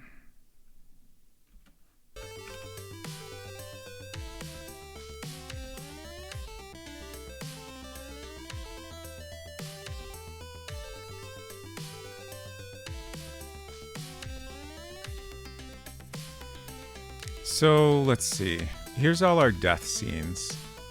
And a fun little thing about the death scenes, like the ordering of objects in this list is important. It affects how they're layered when they're on screen. And we always want the death graphic to be on top of everything else in the screen.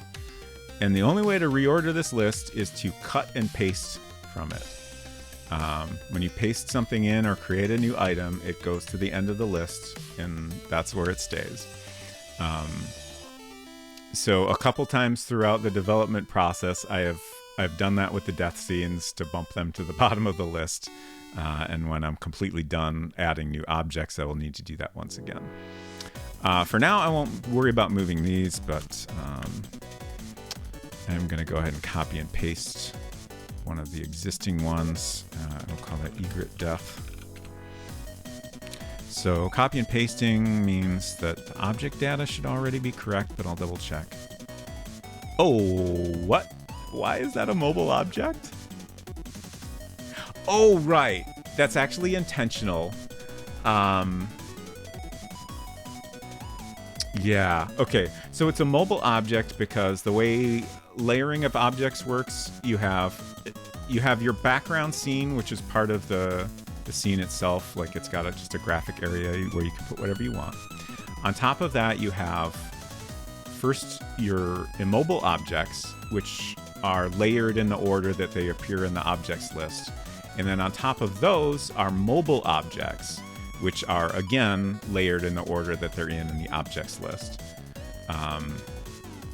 So if you want something to appear on top of everything else, even a item that the player can pick up that is on the ground of the current scene, it has to be a mobile object. That's the only way to do it. Fortunately, because the player is dying, the game ends before the player has any opportunity to pick up the death graphic. Otherwise, that would absolutely be possible. There would also be text, like if you could look, the description would mention that there's an egret death here. But since the player dies immediately, that's not a concern. But that is why it's a mobile object. Even though that seems wrong, it is what we want.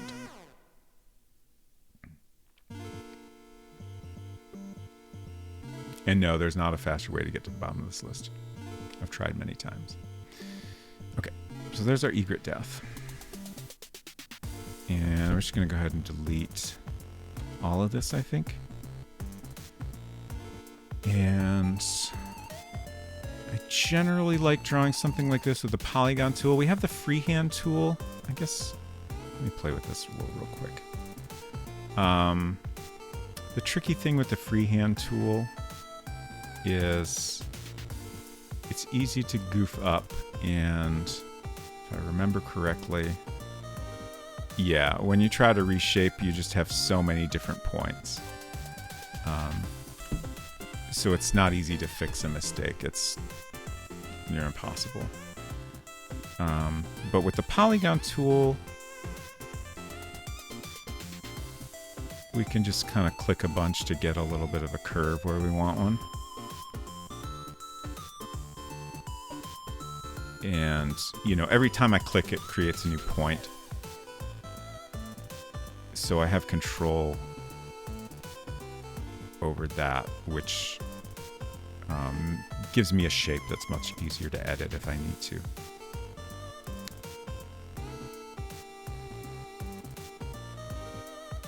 I'm just trying to decide exactly how I want to do this shape. I think this is what I want. Your demise is regrettable. Game over. Don't tempt me.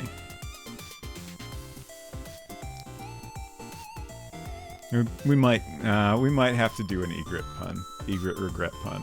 We might have to do that.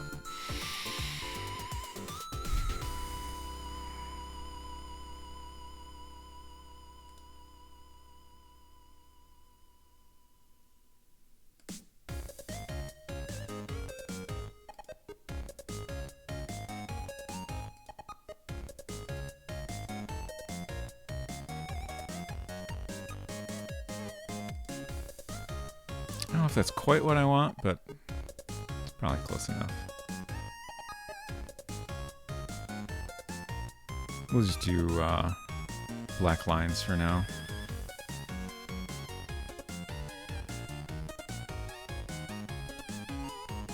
Something about the lower beak is not quite right. Let's see if we can improve that. Oh, I hate this. I hate this editing interface. It's so weird. Far from ideal.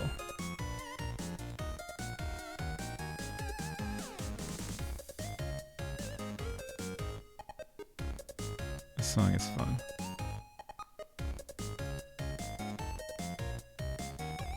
It's a little better, I think. Turns out the deep secret about the egret is that it's hostile to adventurers. Continue YN. This I want to make a little bit. Yeah. Almost there.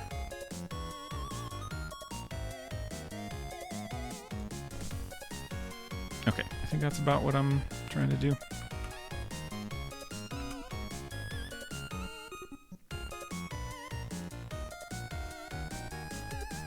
Okay.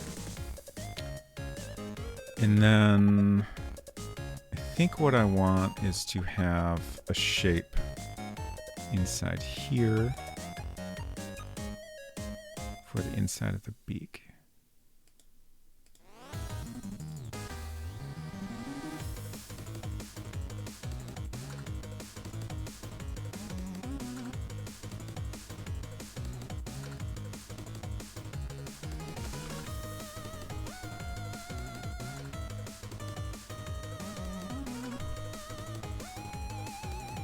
Pretty good.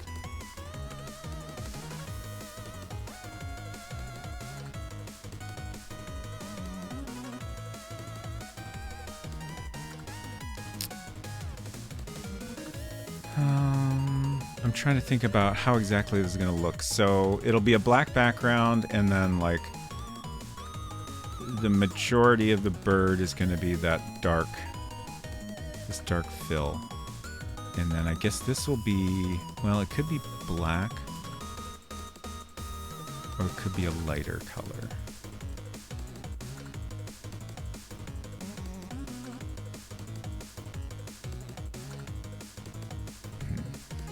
I think probably black works better.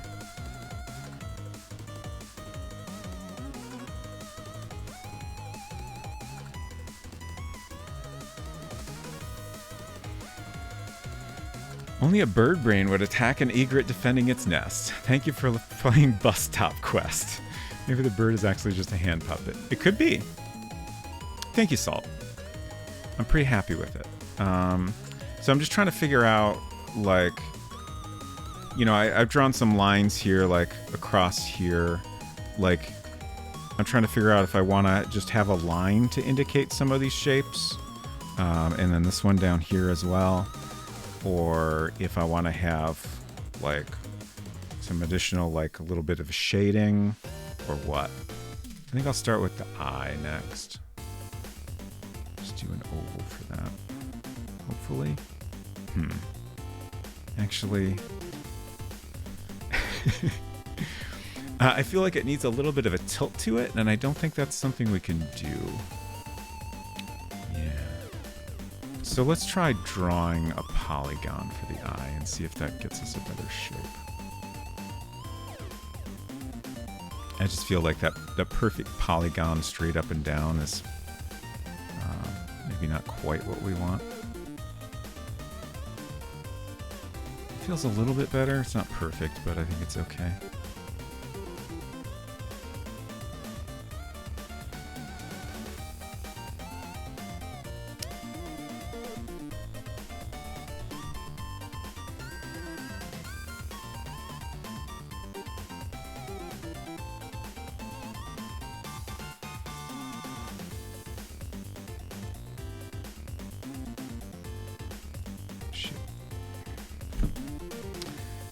It's tricky because,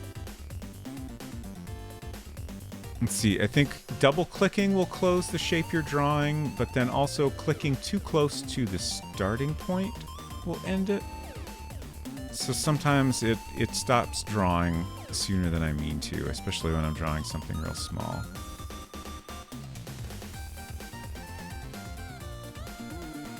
Like that, it keeps happening. That might be close enough though.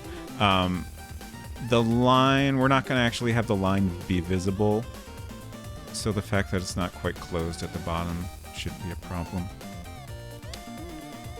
See if I can, okay. Just want to move that down a little.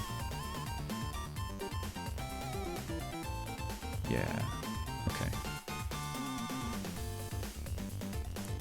I just want to draw some of these lines in.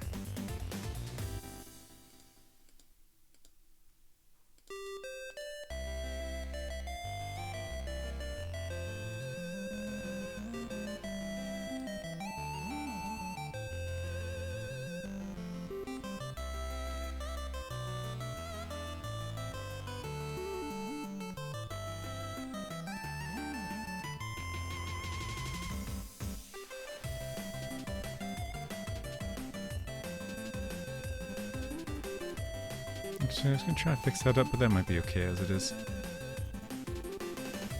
Oh, we want a little bit of a line down here, I think, too.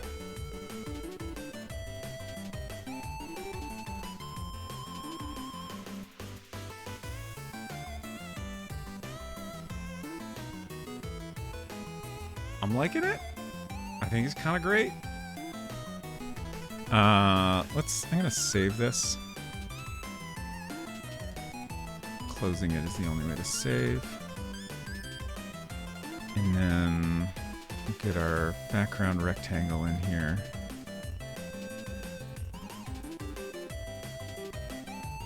Black.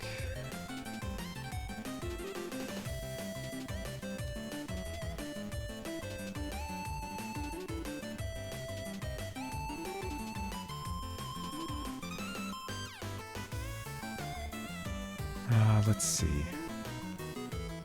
So the eye, I probably want to be a light color. We'll leave it white for now.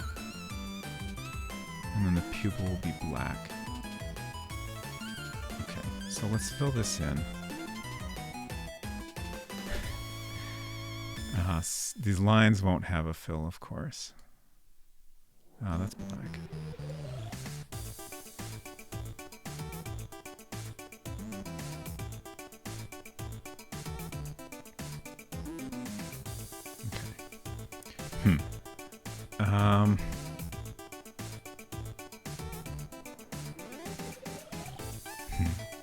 That's interesting. The line's got a little bit weird looking just because it's a black line on top of a shape that is already like mostly black pixels. Let's see what happens if I do like a gray line. It might work better.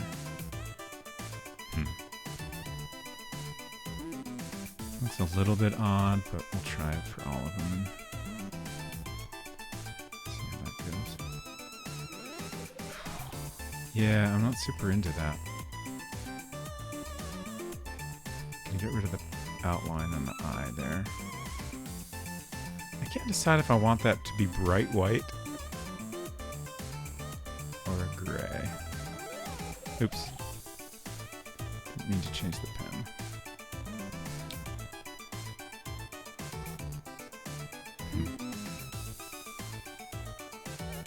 Gray might be better.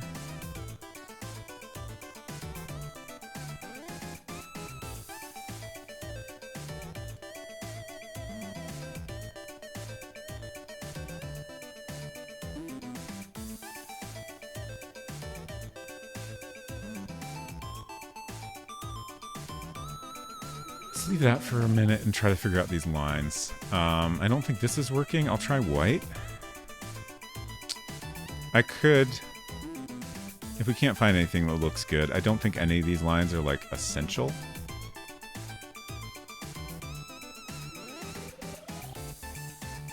It's not terrible. Let's move these a little bit further apart. And let's see if we can find a gray that works better.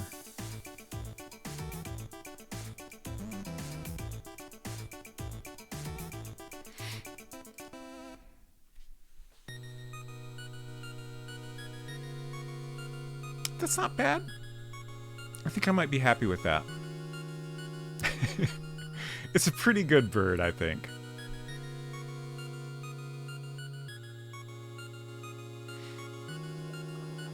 I'm pretty happy with that.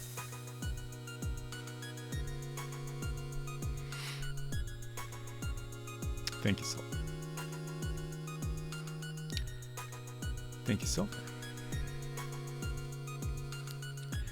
Okay. So let's think about how this death works. My thought is, if you mess with the eggs, that's for sure a death.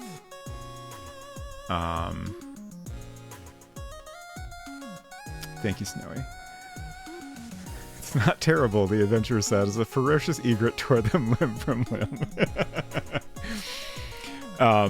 If you mess with the eggs, death for sure. I think maybe like clicking on or typing a command that suggests you're trying to mess with the egret itself should also be a death.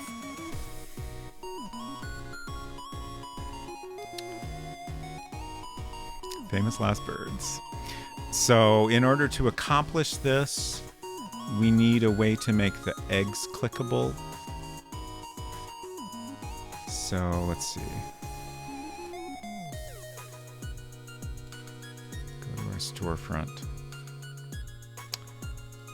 So since the nest and the eggs are part of the background, the way we can make them clickable is within a mobile object that is basically just a...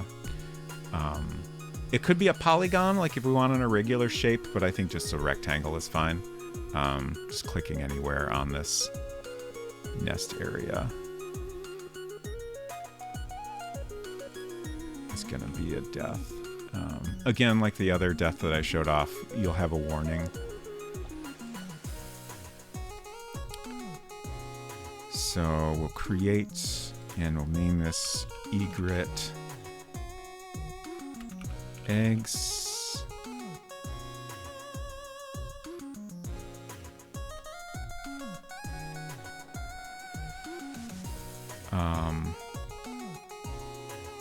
I'm trying to think of a name for like that includes both the eggs and the egret itself.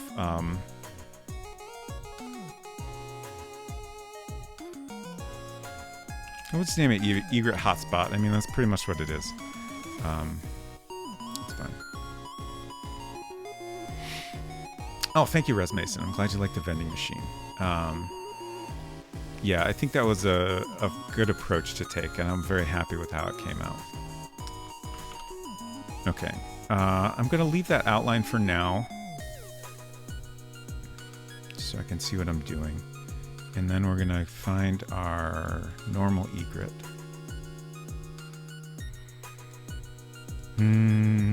I think for this, I'm going to do a polygon.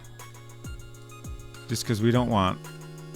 Like, if they click here, that shouldn't do anything. If they click in here, that shouldn't do anything. So let's draw very rough. Doesn't have to be perfect.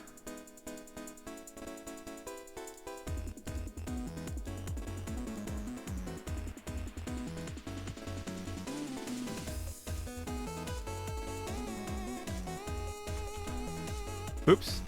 Wrong shape. Oh, I had it. No. Okay, it is the other one. Okay, it's that one. There we go. Don't need to save that.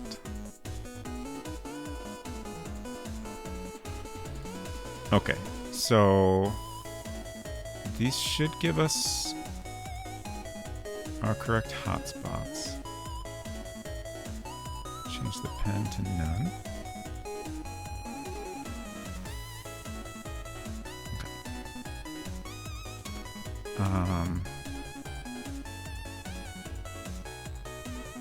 And then because that's later in the list than the other egret graphics, it should be on top of those, which is important. Otherwise, if it was behind something, it wouldn't be clickable. Oh, we need that to always be in the scene. Yeah. Oh, and we need to... we need to make it immobile, because we don't want anyone to pick it up. So, this starts in storefront and stays there. The rest of that doesn't matter. I'm going a little bit late here, but this shouldn't take too much longer.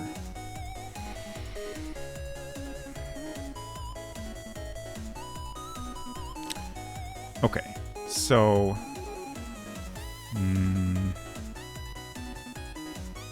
let me copy some text from another death, just to make sure I'm doing it in a consistent way. So we have a death in the study here if you try to mess with the cat named Brisket.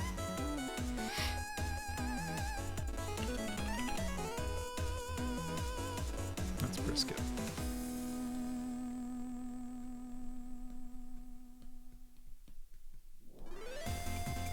This scene has a little bit of code in it, and the more code you have, the longer it takes to open the window to show all the code.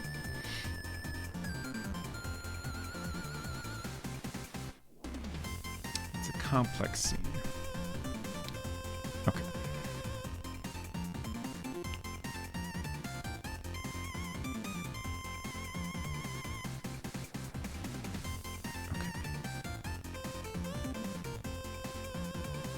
There's a couple ways to get murdered by Brisket.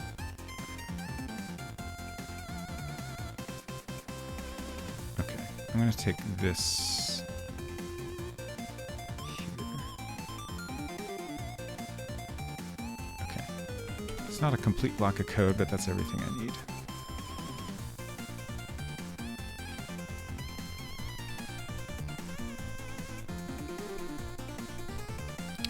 Okay.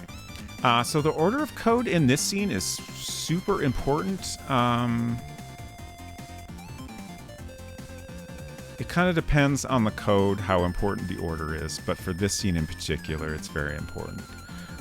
This block here handles getting chased off by the egret if you have the fish, but are not giving it to the egret. So it's super important that if you try to drop the fish or give it to the egret, we need to handle that action first, because that is not supposed to get you chased off. But then everything else has to come after, because if you try to, do something with a token or whatever, then you shouldn't be able to do that if you have the fish. But in terms of messing with the egret, I think we will allow the player to get killed by the egret. At least that's how we'll do it for now, even if they have the fish. I think it makes sense, like, The egret is going to prioritize protecting itself and its eggs over getting the fish from you. So, seems sensible, right? So if you click on egret hotspot, or this just handles a bunch of text commands you might be typing. Okay, so we don't need to check if there's a character in the scene because the egret is always here, so we can delete that code. We are going to have to create a variable. At some point, I made a text document of all the variables. I won't bother to show this on stream, but we're going to have another variable that starts with E, I think. Yeah, E7 is going to be our egret death. E6 keeps track of whether or not we need to display a message in the bus stop that you've been chased away.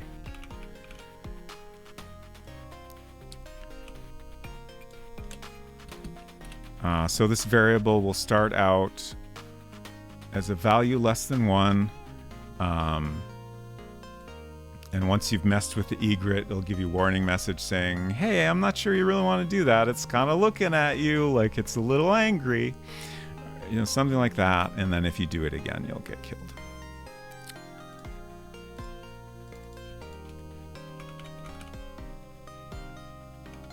Okay, so E7.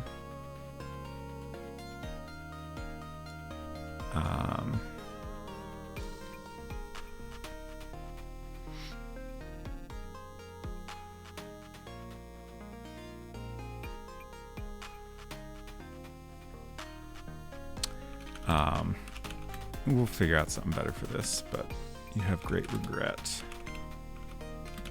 about messing with the egret. And then we'll move egret death to the scene.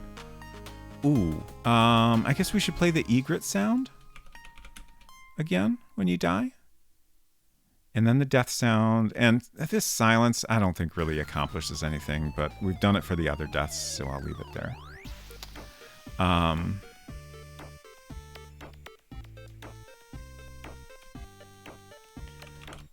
You reach toward the egret. But it looks at you angrily. It's probably a bad idea. Again, I'll improve this text later. Oh, I have some syntax error somewhere. Oh, okay. It just hadn't updated the indenting, I guess. Okay. So now we just need to update these bits of text here. So, for example, take egg. And since we have a single equal sign that is checking if the input contains this phrase, so take eggs will also match. And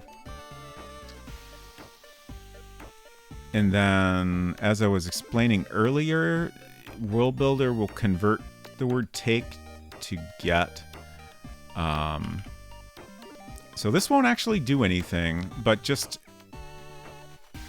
as a way of, you know, making it clear to myself that I've considered both actions.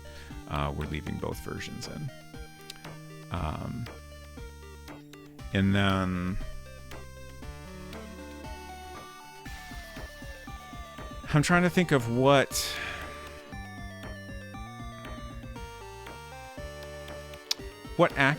text the player might type to mess with an egret. Like, I don't know. It seems like there's a huge potential number of things you could type. Maybe for now, we'll just leave it at that since I am running late. So we'll just handle take or get egg and then clicking on the egret hotspot. Oh, I almost forgot to update this variable. So basically it says if you click on the egret hotspot or your text includes take egg or get egg, then we continue into this block inside. First we check if E7 is equal to 1. And if it is, then we proceed to kill you. We print some text, we move our death graphic in, we play a few sounds, and then we move the player to storage, which is World Builder's way of killing the player. Anytime you move the player to storage, you get a game over. And then we exit. If this block isn't run, meaning E7 is equal to something other than 1, then we set E7 to 1, we give you a warning, and then that's all we do.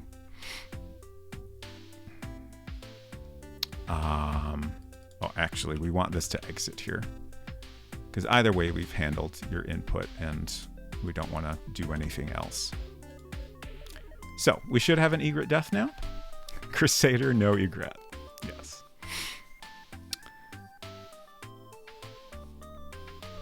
And we'll just go test it out, make sure it works the way we meant it to.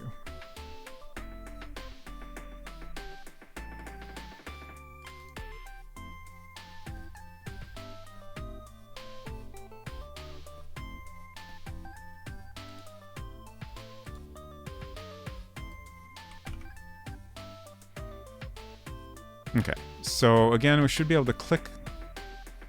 You reach toward the egret, but it looks at you angrily. That's probably a bad idea. I am also wondering if we would maybe want to have different text for whether you click on the nest versus clicking on the egret itself. That's something I can figure out off stream. So we'll try take egg.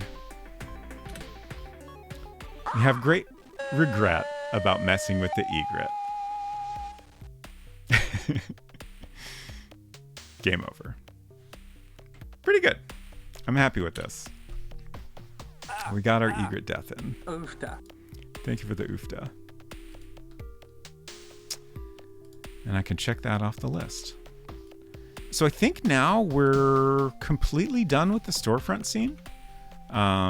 Aside from those little things I talked about polishing up off stream. That leaves us with the final bus stop scene. We'll figure out what to do with that next year.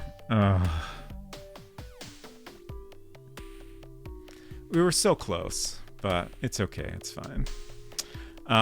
We also have some things to do with the Lil Sweetie interface.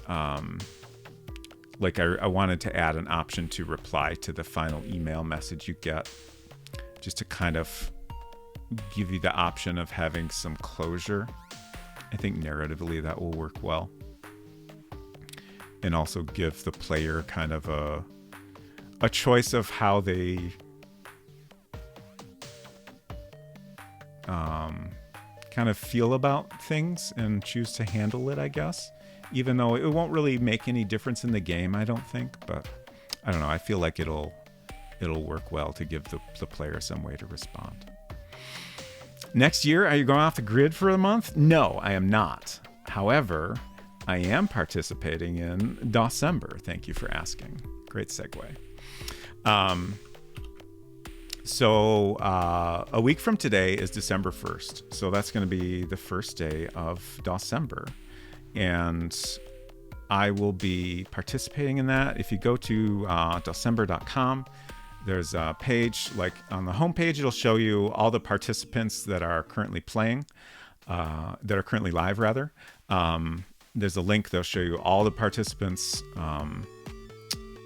And there's also, there's merch you can buy. If you buy a shirt, $5 of your purchase will go towards a fund that is going to be used to support a member of the community.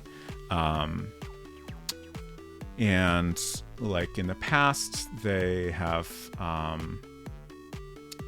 like, I think one example they gave was like, I can't remember it. The one I always remember is someone that does MIDI music. They bought them some nice equipment to allow them to do more with their MIDI music creation. There was another example I was trying to remember, but I can't quite remember it. But the idea is they give back to the community. They help a member of the retro community do more to spread the love of DOS games. So I think that's a really cool idea. Someone should kick off CPMber.